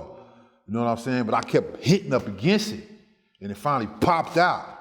But they had went past already, and I got the thing, and I had jumped out the car. I was about 5 cars back, stuck against, you know how the center divider? Yeah. I was stuck against that with a car right here. And I was on some blade rims, and I had just cracked them to where, not a crack in them, a chunk came out of them from hitting the curb, barely touching the curb. You know what I'm saying? So I couldn't, it's so time, homie. You see how everything went toward, everything is going toward, you gonna get killed if you don't do it. Look at all the shit he was supposed to do, he didn't do. Right. One of those things. If he did this one of them motherfuckers, he'd still been alive. It's like 10 things he was supposed to do, he didn't do. Right. So this is Buntry's the FI card from Vegas police that night after the shooting. Oh, Buntry had a bullet hole in his car. They said, yeah. It said, Well, it might have been an old bullet hole. Did he ever tell you? Did he get shot back? Yeah, he got off a couple of shots, but they was way down there. Okay, so he wasn't riding side by side. It wasn't no side by side. Like, bah, bah, bah. They was way gone. He was bah, bah. But I think they did exchange gunfire, man, but they was too far apart. I think they shot and Buntry shot. For his part, Keffy D affirms in his interview that a second shooting does take place. However, he misidentifies the car that's following them as the girls in the green Sebring. And we made the right, and some bras in the sea breeze was following us. Stupid bitches. Somebody started shooting this way, they're shooting that way. So we're in the midst of all of this gunfire, and only thing we could think of is get out of there. Lane starts blasting back on him? Yeah. So he had bullets left? Yeah. That's what he do. That's what he do. He get down. Buntry was a soldier, man. No one's ever confirmed that before. Yeah. The bottom line is, it was all bad for everybody. It's just funny how things happen that you don't even expect. You just the farthest thing from your mind, man. Yeah, I knew Terry Brown. Yeah, but what you know? Terry Brown wasn't no punk. He wasn't no punk. He was one of them. There's so many of them. You talk about one person and then you forget, man, it's about 200-300 of them motherfuckers over there like that. You know what I'm saying? T. Brown, I give him his prop. T. Brown was, it's like I give Head Round his prop. Head Round was with it too. Yeah. You know what I'm saying? Rock was with it, Keffy D though, he was always, he was in the middle of a whole bunch of shit. He wasn't no punk or nothing like that. I ain't gonna call him no punk. I don't know him like that. We played Pop Warner and all that. And every time I ran into him, we was cool, you know what I'm saying? Because we knew each other from kids. He one of them, and he had his respect over there, just like all of them. You know what I'm saying? But we got the same thing. We got a loaded deck, boy. We got some man that people ain't never even said their name before, nothing. What's the latest in Tupac's condition? The latest is he remains in critical condition, which was his condition when he arrived here at UMC. I've been told this evening that he is scheduled for some additional surgery, which is not unusual when you have injuries that are this severe. Well, when you go to the hospital? Well, we stay there for a minute. You stay at the hospital? We stay there for a minute to find out how he's doing. Is he gonna be all right? You know what I'm saying? We worried about Pac. We're looking at all the people asking us questions. We grieving. We sad, you know what I'm saying? We going through it, you know what I mean? But we couldn't talk to him, we couldn't see him, we couldn't do nothing. Word got to us, and who I was with in the lobby, that Pac, he all right, he gonna be all right, because we didn't know he got hit or nothing. We didn't know, all we knew was they got bust on, you know what I'm saying? We didn't know nothing about who got hit, where they got hit, or even if they did get hit. They just kept saying, he's all right, y'all might as well go on, you know, because, you know, they gonna do this and that. He's in a coma and his mom and them back, you know what I'm saying? Wasn't nothing we could do. We already been like 3 hours, so we left. But when went up to 662, I think Heron was up there. That's when Heron went back. We already been up there like 3-4 hours. He was at the club, and we hollered at him, you know what I'm saying? He said, I'm finna go see what's happening. Suge assured everybody he gonna be all right. Everybody was like, wow. Suge told everybody he got hit. The bullet hit his medallion. Supposed to hit his chain. Everybody start partying. Okay, like he gonna be cool. Heron came up to me and said, he ain't all right. Heron left and supposed to went to the hospital. And from that point, Heron never came back to the club. Everybody was at the hospital. Talking about Tupac was dying. He was gonna die. He wasn't doing too good. When we get to the club, everybody wanna know what's going on. So we had a little meeting in the back. You know, everybody in the club doing their thing. We had a meeting in the back and told them what was happening. Because what they told us, he was all right, he was straight. Like wasn't nothing wrong. Right. We knew he had got shot, but we didn't know he was in there fighting for his life. We thought he was gonna be cool. And we was happy at that. Like, he's gonna be all right. You know, we wasn't even happy. It was just like we sat at ease. Like, okay, now we can function, we can move, we could go back and do this and do that. We wasn't happy like, yay. We was just like, felt better, like, okay, because we was down here, like, damn, Pac gone. They brought us up a little bit when they said, he gonna be all right. We was like, okay, cool. So we was cool. Right at that point, after the shooting, they came to the club, Southside just dumped on us. And that's all was said. So from that point, now we gotta regroup and say, okay, it's on with Southside. Everybody know what's going on.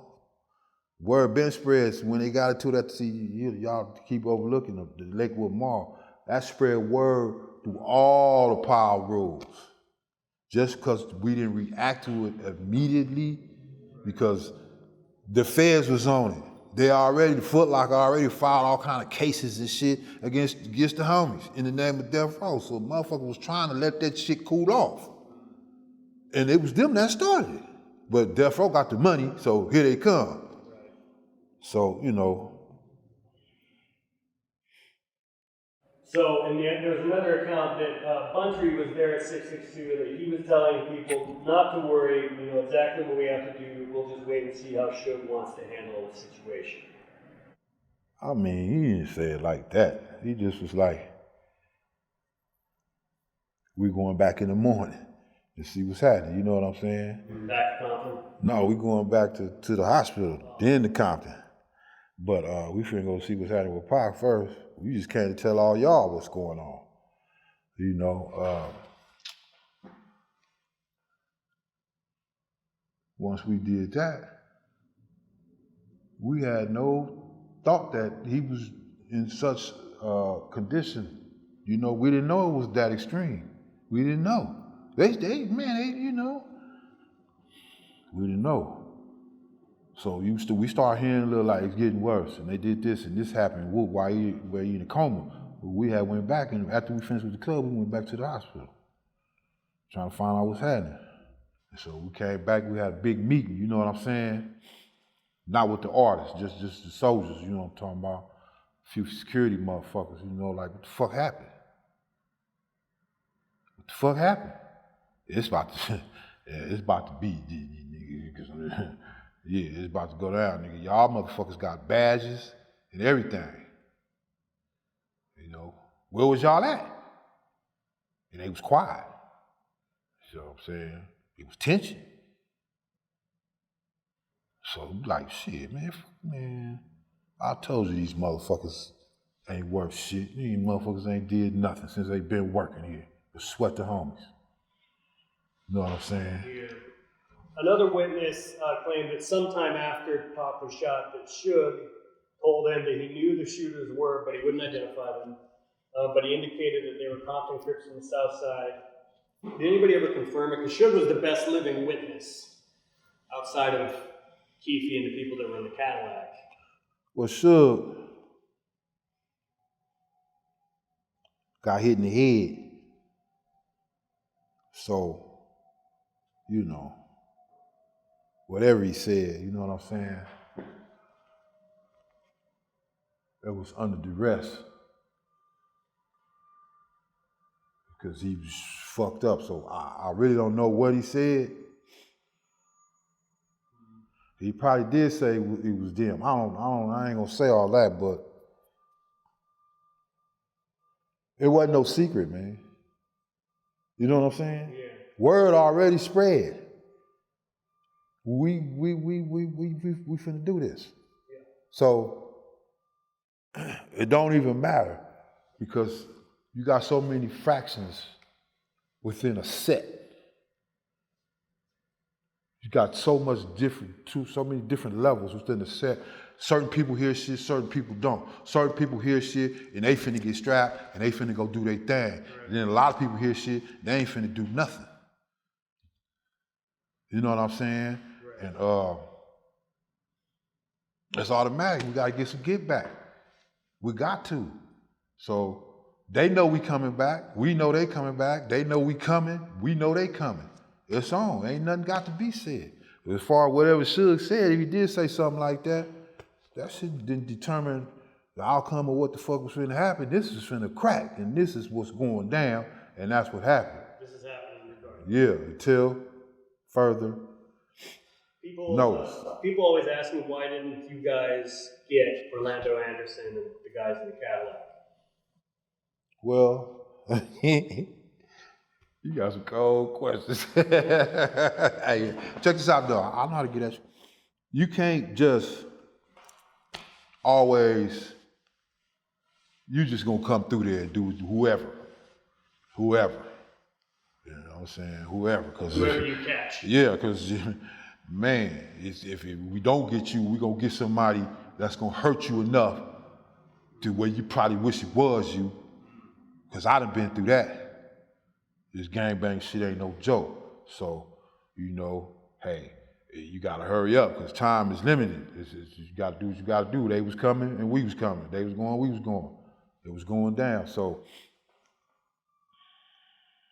you can't really just say, you know, well, did you know this about him? Like I said, I didn't, but that don't separate. You can't separate him. Like, society has separated him to where he's like, you know what I'm saying? Because all the press he get, I don't care about none of that shit. All I know is the truth. If you nigga, it's probably 300-400 of them from on that side of the tracks that's like him or worse. Right. You know what I'm saying? So you don't care about that because you already know what the worst is. You already know he gonna come through here and get off like 60 times. You know, or he gonna creep up. You already know they gonna pull up on the side of me. This is something you face in everyday life. So it's all routine. Yeah. You don't even show no reaction to it really no more like that. Like, ooh, shit, ooh, ooh. You know, it happens all the time. You know what I'm saying? Yeah. It's so normal. So that's just how this shit go. You know what I mean? So it wasn't no, this is his rep, so be scared of him, because that's impossible. Everybody involved in this shit is here to me, or they ain't involved. They on the sideline. Is there any truth? Did you ever hear about Tupac getting any threats while he was in the hospital? Nah. I don't know how he's gonna get no threats. Who's answering the phone? And then his mama was the Outlaws. Everybody was tore up, man. I'm talking about it like it's normal, but we tore up. I take death hard, man. I take that shit hard, especially when, you know, everybody was taking it hard, man. So it wasn't really no time to talk about a lot of intellectual conversations and all that, because motherfuckers is hurting. So Orlando Anderson goes home, he starts bragging to everybody he did this. DeAndre Smith, who's sitting next to him in the Cadillacs, telling people he pulled the trigger. Yeah. Key Brown supposedly telling people he pulled the trigger. Yeah. Did it ever get back to you that they were just like bragging about it? That basically their whole neighborhood knew? Yeah. How'd that get back to you? Just talk. So what did you think about Keffy's claim that Puff had offered him $1 million? What happened that made it something other than just him frustrated and boasting? Now, I don't have to give you guys anything. I mean, What made it a specific, like, hey, I'm serious, I want you guys to kill these guys? I mean, when he told me the greenback. How'd that go? Like, what was the conversation? And who's he? Who? Puff. Puff said. Yeah. Okay. Yeah, we wanted $1 million. Okay.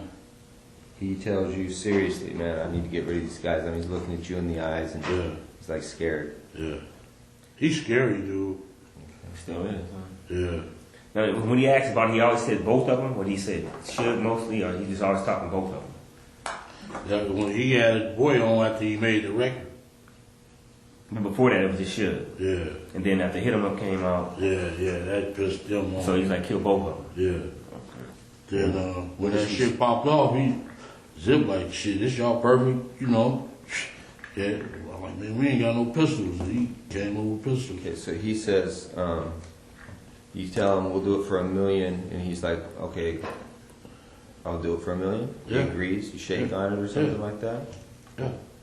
What happened? Gentlemen, he like, man, we'll wipe their ass out quick. You know, it's nothing. That's Puffy style. Yep. To like, not necessarily always be serious about it. You know, he's singing about it in songs and all kinds of stuff. So, you know, you figure like that's part of his persona, but that don't necessarily mean it's true. I don't think Puffy, well, he got money, man. He got money. And I done heard some stuff, but you know, hearing and actually knowing is two different things. But I wouldn't put nothing past him.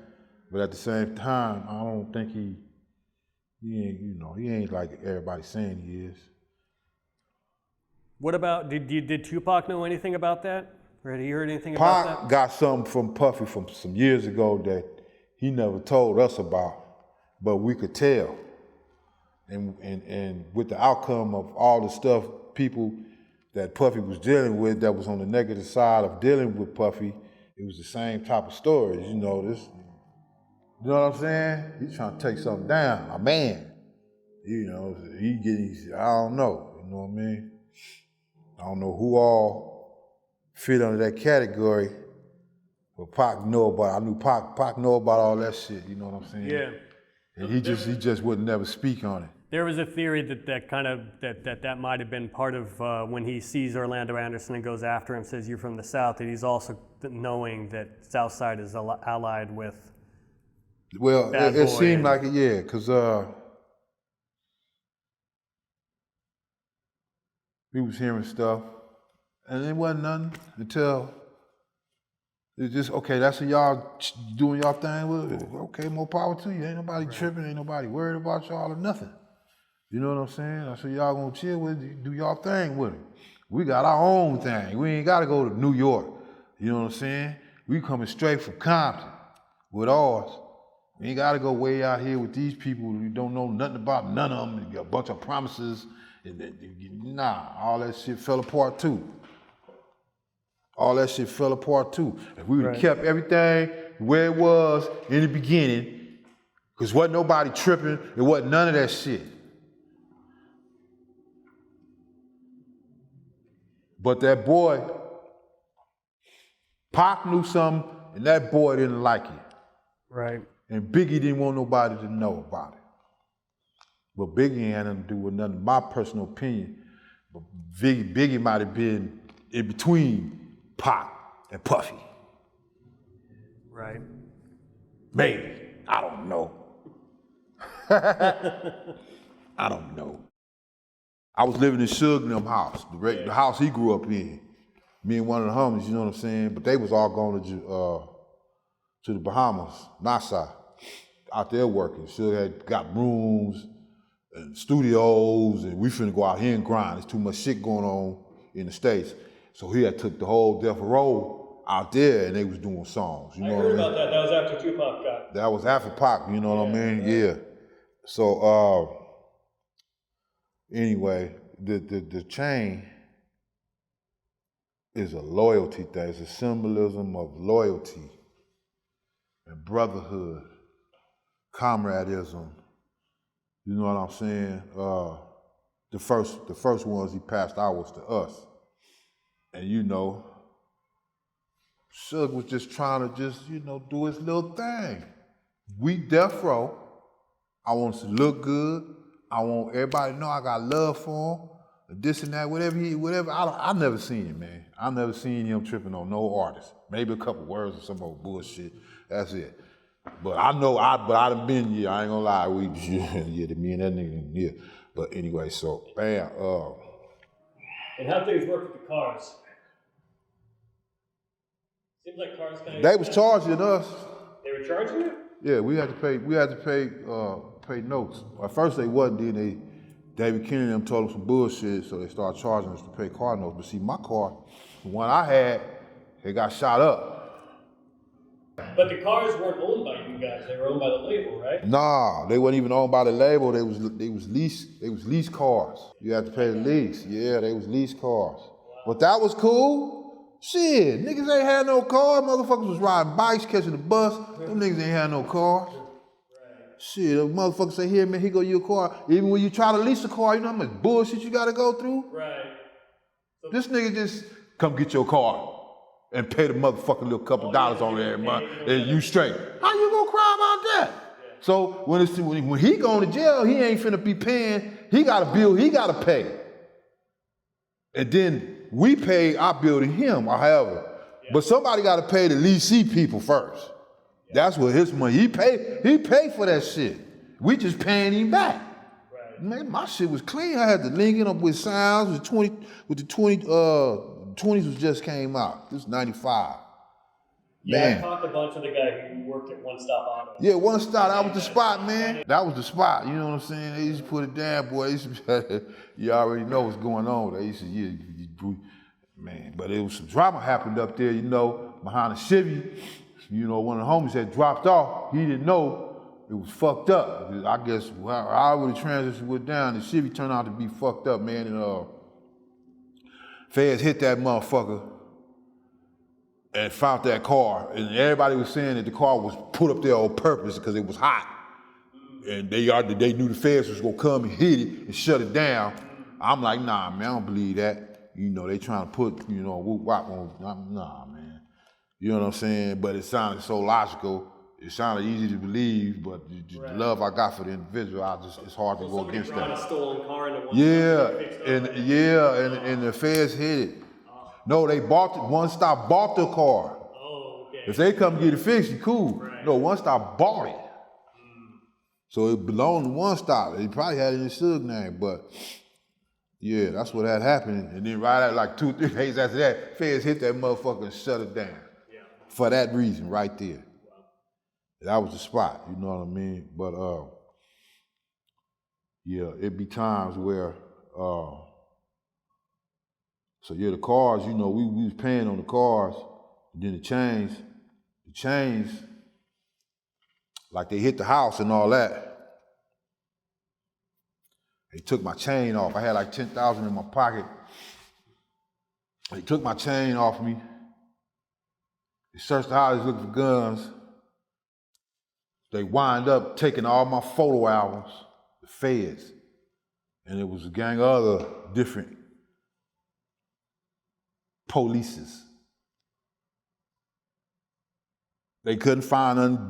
They tried to put some hot ones on me. That didn't ride out. So they stole my photo albums. And they claimed that they was gonna take my chain and keep it. So that's how he had my chain. And my chain was just laying on the table. And you know, they was coming in with the cameras.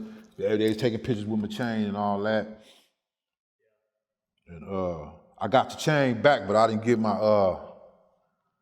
photo albums back. You know a lot about this, man. You used to be feds? Huh? I've talked to like 3 of the old Compton people. I used to go talk to the IRS. Suge showed a lot of love, man. You know what I'm saying? He used to go to Martin Luther King Hospital every year and buy brand new hospital beds and computers and toys, and it'd be like 3-4 U-Hauls full of stuff from Martin Luther King Hospital. He used to do that every year. Yeah. You know what I mean? That's a predominantly Hispanic and Black community that's plagued by drive-by shootings, victims of drive-by shootings. A lot of them is in there with bullets in them, you know what I'm saying? Is it true that Heron and Big Rock were feuding and that Big Rock got stabbed? Well,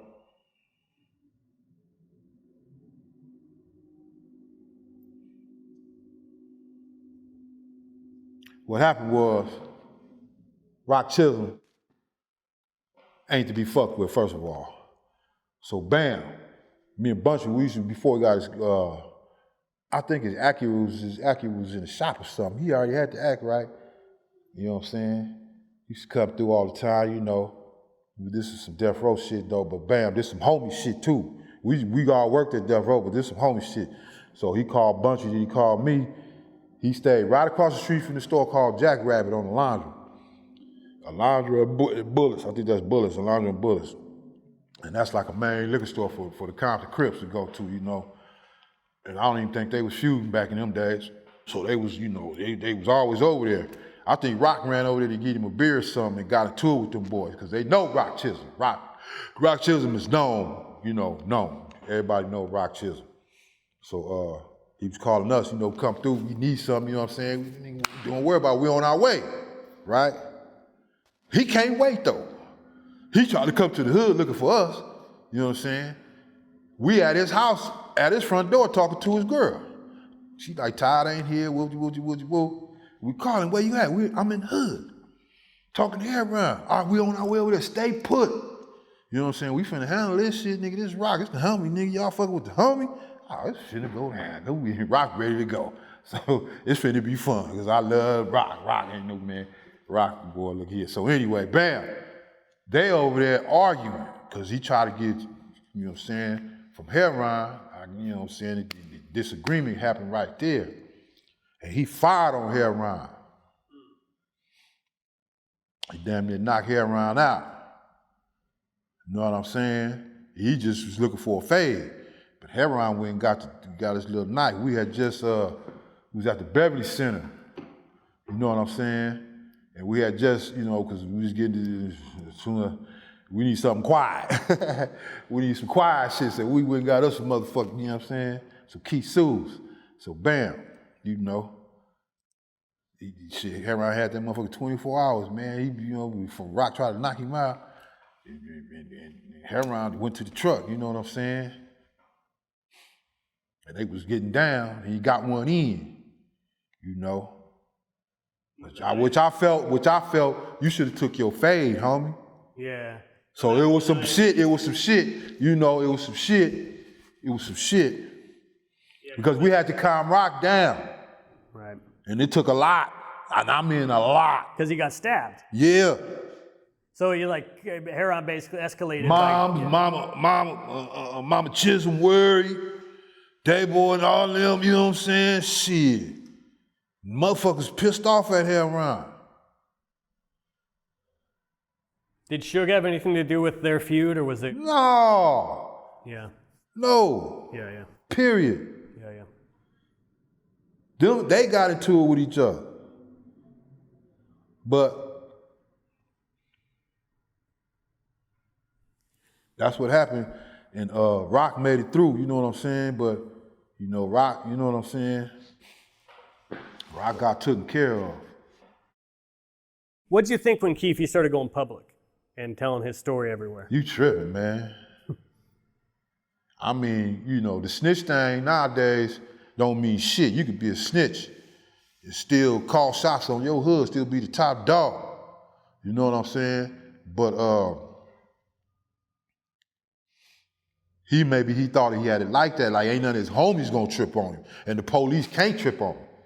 The main thing, he knew he had a pass, I guess with his home, I don't know. That's their business. I'm from the mob, you know what I'm saying? Right. But and then if he get an interview, but see, he did the book first. No, he did, he got at the people first. I'm not finna do none of that. See, they do shit that I ain't finna do, man. Right. Breaking news just into CNN. Las Vegas police have arrested a suspect in connection with the 1996 drive-by shooting death of legendary rapper Tupac Shakur. Hey, Boris, sources telling CNN that they have arrested Dwayne Keith Davis, also known as Keffy D. He was arrested this morning, according to sources, in connection with the killing of Tupac Shakur. 27 years. 27 years. For 27 years, the family of Tupac Shakur has been waiting for justice. We are here today to announce the arrest of 60-year-old Dwayne Keith Davis, aka Keffy D, for the murder of Tupac Shakur. The record reflects that Mr. Davis is present in custody.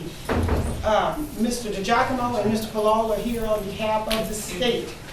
Mr. Davis, sir, have you retained counsel to represent you in this case? Yes, ma'am. If you're in his situation now, you've gone all over the place, you've confessed a bunch of times that you were part of this. What do you just try to get a deal, or do you go to trial? Like, what would you, if you're in his shoes, what would you do now? Well, I'll be trying to get a deal.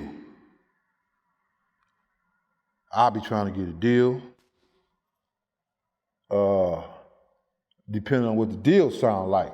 You know what I'm saying? He'd have been in there about 3 or 4, huh? He's already been there like 2.5 years, waiting for trial, yeah? But he keep coming up with ways to get some money, but he could have been doing that. You know, I just, to be honest, I hate to see that side of the law. Sure. I'd rather see, as long as you ain't did no sick shit to no kids, no taking no pussy or nothing like that, you know what I'm saying, snitching and all that shit, you know, just because you get high, I don't give a fuck about that. As long as you still a gangster about your shit, then I'm gonna respect you. But if you're doing all this other motherfuckers, nah, man. So after it came out that he had done his proffer deal in 2008 and that he had, taken accountability and he named his own nephew as the shooter. I thought he was gonna pull on my side. That's my little nephew. I'm gonna look out for him, And he pulled on their side. So you were fitting to blast if you had to, or you were just? Yeah, if we would have been on my side, I would have blasted. Okay. So you hand the gun to the back seat? Yeah. I gave it to Dre, and Dre was like, no. And Lane's like, give it. He popped it too. So when you passed the gun, you passed it to Dre? Yeah. Okay. He was the closest to him. He He didn't want no part of it? Yeah, he was scary. The story is Tupac's trying to either get out of the the back seat or something. Yeah, what do you see happening inside of their car? I seen a bullet going Suge head. I thought he was dead. You see he must have scraped him or something in the head or something. He a piece of glass went into his neck right here. And he had a thing in his head. He had a little graze on he got a graze on his head. I thought he was dead. Okay. So Tupac's trying to jump in the back seat. And what's Suge doing? Just ducking? Ducking. He couldn't really duck because he was too big. Yeah. What do you think the reaction is back in his neighborhood would be when it comes out that, hey, he went and did this deal? And people don't give a fuck. Yeah. Hell no, nobody care. Yeah. Just don't come over their house with that shit. You know what I'm saying? They don't care. If Keffy's convicted, do you think he'll have any issues in prison? He could, but on a real prison yard, the politics don't match wanting to trip on him behind the Tupac situation. Right. Because that's just how it go. You might be somebody that want to trip on him, but if he hit the yard, it ain't like they gonna send a committee saying you can't come here. They gonna let you program now. If somebody want to trip on you, that's on them. Right. But ain't no cliques finna get together and be like, he did this to Pac, let's get him. They ain't gonna fuck with him because there's too much shit like that. Tupac ain't the only celebrity in the world. It's celebrities that's unknown. Right. In this gangster world, homie. Sure. So yeah, that people will move mountains for, that you ain't never even heard of, don't even know exist. Got all the pull where they from, then put it down. That started hoods, still living, been here since. It's a lot of generals out there, man. I was in the pen with them. I know. Yeah. I know. So you know what I'm saying? The politics is so confusing. It varies. Everything is multiple choice. And two of the answers is right. like the driver test. Two of the answers is right. But you only gonna get credit for one of them. You know what I'm saying? But two of these motherfuckers is right. It's one of them it sound right. You know what I'm saying? Do you remember the day that Orlando Anderson was killed? You remember hearing about it? I was locked up. I was locked up from 97 to almost 2004. Okay. I was locked there. That's when everybody started dropping. Right. You know what I'm saying? Do you think going to jail maybe spared you? I was on the phone hollering at my folks because the police told me Buntry had got killed. And while I was on the phone, fool come up woofing, and everybody out there shocked like, what? Man, I told her I'll call y'all. I hung their phone up and bust out the thing. We went, I dog that fool out, man. So wait, what happened? When Buntry got killed, I got into it. I was fucked up in the head. They put me in the all-white county jail. I was over there getting into it with them. Yeah, I was going through it when Buntry got killed, man, but I come up out of it, you know. I made it back to the main line and all that shit, but when Orlando Anderson was killed, what was your reaction? But Orlando, nothing. Yeah. Just another, another casualty in these streets of Compton. You know, there's so many of them, you know? Right. Did you know the Stones? Nah. Michael and Jerry, the corner pocket guys? No. I know a lot of them dudes over there. There's a lot of them I knew when I was a kid before all this. It's a whole lot of them. It was like my friends that's from over there that we wound up we started gangbanging against each other, but when we was kids playing sports, they was my friends. You know what I'm saying? I wish that shit wouldn't have never happened. Because some of them were some good friends to me. Right. Yeah. Soul Train Awards, you guys all show up in the P-Funk sweatshirts. Yeah. But then they don't let you in. And supposedly, Suge had this plan, you guys were going to storm the stage while Bad Boy was performing. And Reggie Jr. said he's the one that tipped off security because if that had happened, we'd probably all still be in jail. Yeah. You remember that? Yeah, we had the little lowrider club, you know what I'm saying? And on our plaques, we had the almighty P-Funk and Old English Blade writing with Bouncer's Finest at the bottom. That was something me and the homies made up for our car club. P-Funk we got from the homie, and we put the almighty on there. You know what I'm saying? So we was like, yeah, we're gonna go to the thing and get to swear everybody. So everybody know who's who. We was like, the burgundy sweatshirts. We like, no, we need to put something on them. So they just put the thing on there, the almighty P-Funk, like, yeah. So shit, we had about 300, 400 sweatshirts, about 200 homies, you know what I'm saying? Got together, caravan, we waited on Pac to come. Pac finally came, we caravaned on up there. And, dodging in and out of traffic, but we tried to get in, and they slammed the gate, right? I was behind Buntry. Pac and them had just got in, him and Suge in the Hummer, and they cut it off, and Reggie and them got in too, then they cut it off with me, Buntry, and everybody else. We had a whole long line. People parked on the side, blocking traffic. Homies, little homies, ready to get at them behind Jake and Puffy, Bad Boy, and the whole nine, you know what I'm saying? So we couldn't get in. So we said, we just gonna surround the whole motherfucker, make sure they don't try to get out from nowhere. We had the whole thing surrounded. Shrine is surrounded by... What's that, the Shrine Auditorium? Yeah. We had the whole Shrine Auditorium. Me and Bunch was rolling in the car looking at the little homies. It was all the way around, just chilling. So we had seen Puffy and somebody that was with him. Puffy had jumped on the car or some shit because, motherfuckers was finna start, letting loose up. That's when the showdown happened in the back. But but there's too many innocent people. You gotta be smart, there's too many innocent people standing around. But yeah, supposed to be a pistol drawn at the gate. Yeah, it's finna go down, but Pac just went in there. I don't even think he accepted his award. He came on up out of there. And we went back to the hood, kicked it for a minute, then we had an after party that night. It was off the chain. Then we had an after party. It was going super crazy, man, I'm talking about crazy. I got attacked at the door.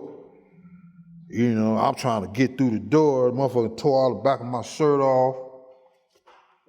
Trying to tackle me and shit to get in. Let me in, Tupac, shit.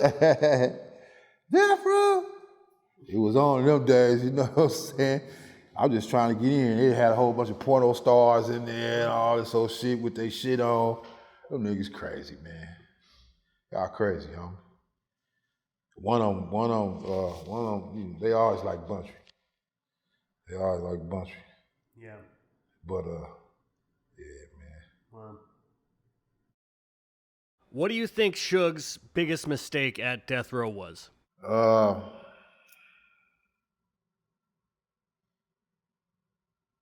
You should have stayed low key.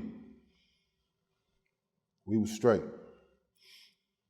We should have stayed low. You know what I'm saying? Pac put us all out there. Everything should have stayed low. But it was so many situations coming, you know, you got to take a stand though. It's crazy, man. It's crazy, you know what I mean? But there's a few things I could say. You know, a lot of people say he shouldn't have fucked with the homies. He shouldn't have hooked up with the Pirus or none of that. There's a lot of Pirus gonna say that, but you know what I'm saying? Not that we fucked up, because we was all soldiers. I know that. I grew up every one of us was a sandbox. You know what I mean? But it's a lot of people would say that. And then when you look at the outcome of what happened with the homies, you know what I'm saying? You may find more people that would agree to that than that wouldn't. But at the same time, it didn't start off like that. That wasn't, look here, man. Death Row was one big family. When I came, they treated me with love. You know what I'm saying? They just put their life, I put my life on the line, they put their life on the line. You know what I'm saying? So, it's hard to say, but I know that's at the top of the list. So, because first of all, these niggas is hard-headed as hell. They killers. You can't tell them shit. They'll listen, you know what I'm saying? You catch them in the right mood, they'll listen to you a little bit. These niggas got tempers, man. These niggas got tempers. And when they react to their tempers, something dangerous is gonna happen. Something dangerous is gonna happen, man. And you pay for that shit. You pay for not losing that motherfucking, you gotta smooth it out. We in the white world, nigga, we got offices, nice cars, checks. We gotta smooth this shit out. We was too young. We didn't understand smooth out yet. Because everybody reacted to how we naturally was. And maybe that was too much for Death Row. But at first, it wasn't no hood politics even involved. We was just up there fucking with the homie and taking care of business and trying to learn and grow. So, yeah, it did wind up being the worst thing that happened to Death Row was with the homies. Definitely. And Pac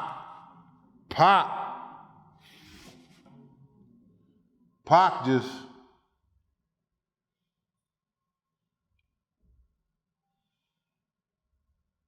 Pac was too much of a soldier, man. He had too much love, he was too protective. He had too much love. You gotta have your love at a certain level out here in this world, man. You can't love your homie like you love your daughter, because you always know it's a chance, looking at the history of men, period, gangsters, gangbangers, shit always go fucked up. Shit, just the history of YouTube. All the podcasters is at war. Button war. I'm finna type this in on that nigga and get him. So, maybe we was, because we was cold motherfuckers. And just to put all of us in a little record company and expect us, man, shit, you see what happened. But it wasn't supposed to be like we was cool for a minute. shit just went haywire, you know what I'm saying? I think if I'd have been out, I'd have been able to holler at a few people, man. Because I was always like that. I was the one to always do a little extra shit, a little bit like, you know, okay, don't nobody want to do it, I'll do it. Because this has got to be done or some shit gonna be fucked up. And we all grew up together. What the hell, you know what I'm saying? I don't know how that happened, man. But that's the greatest thing, so maybe that is the worst thing. Maybe that's he shouldn't never fuck with us. And then can't nobody in the hood say shit. Because the rest of them didn't fuck with us. But Solomon Wilcox used to come looking for me. Because we was best friends when we was kids. And I taught him everything he know. He made it all the way to the NFL. He made it all the way to the Super Bowl. He made it all the way to ESPN. He made it all the way to, you know what I'm saying? He was coming back for me. That was my dog. Didn't want to go. I was like, fuck that, I'm in these streets. And quit fucking with me, go on, man. You got it cracking, I'm proud of you, I love you. You know what I'm saying? He came back, Suge came back. I don't know nobody else. But maybe he shouldn't have. Maybe he shouldn't have. Maybe he shouldn't have. But look, the main thing is he did. He came back. Whether it was gonna be all bad or all good, he took a chance on his people, man. And he deserves a lot more credit than he gets because, you know, people like, he did this wrong and he did that wrong shit. So what you saying, you ain't never did nothing wrong? And we accepted it and we loved him because nigga ain't no good man. Suge was pushing buttons for the homies. Suge was pushing buttons for the homies. Niggas got spoiled, man. Suge was pushing buttons. What would you do differently just yourself? First of all, just as far as the first thing is making the records. And a lot of confusion would occur behind too many people in the studio, this person, this and that going on. It's causing conflict. Now they done brought their homies, and okay, let's go some more homies, and we gotta deal with all this shit, but we the villains, but all the time we just want them to handle their business because this is our job, and it was always bullshit. Now Suge, he up on the top of the hill trying to keep his snoring right, you know what I'm saying? So we can't be bugging him with all this bullshit in the studio. Let that man handle his up there because he handling the big business. You know what I'm saying? So you know what happened. You know what I'm saying? We're gonna have to take a chance, see what the knuckles like or whatever. You know what I'm saying? You don't want to listen. And I wouldn't have did. You just shouldn't have been nobody in the studio with them. Then I would have had dates. What's the problem with people in the studio? They be in the way starting shit. They be having their own shit on the side, all kind of shit. Yeah, they invited, but then they invite some motherfuckers and then they invite some people. You know what I mean? You got they all in the parking lot, just all a bunch of crazy stuff, man. While they trying to work, they was getting their stuff done and they don't mind, you know, they ain't gonna say nothing to their friends, that's their friends.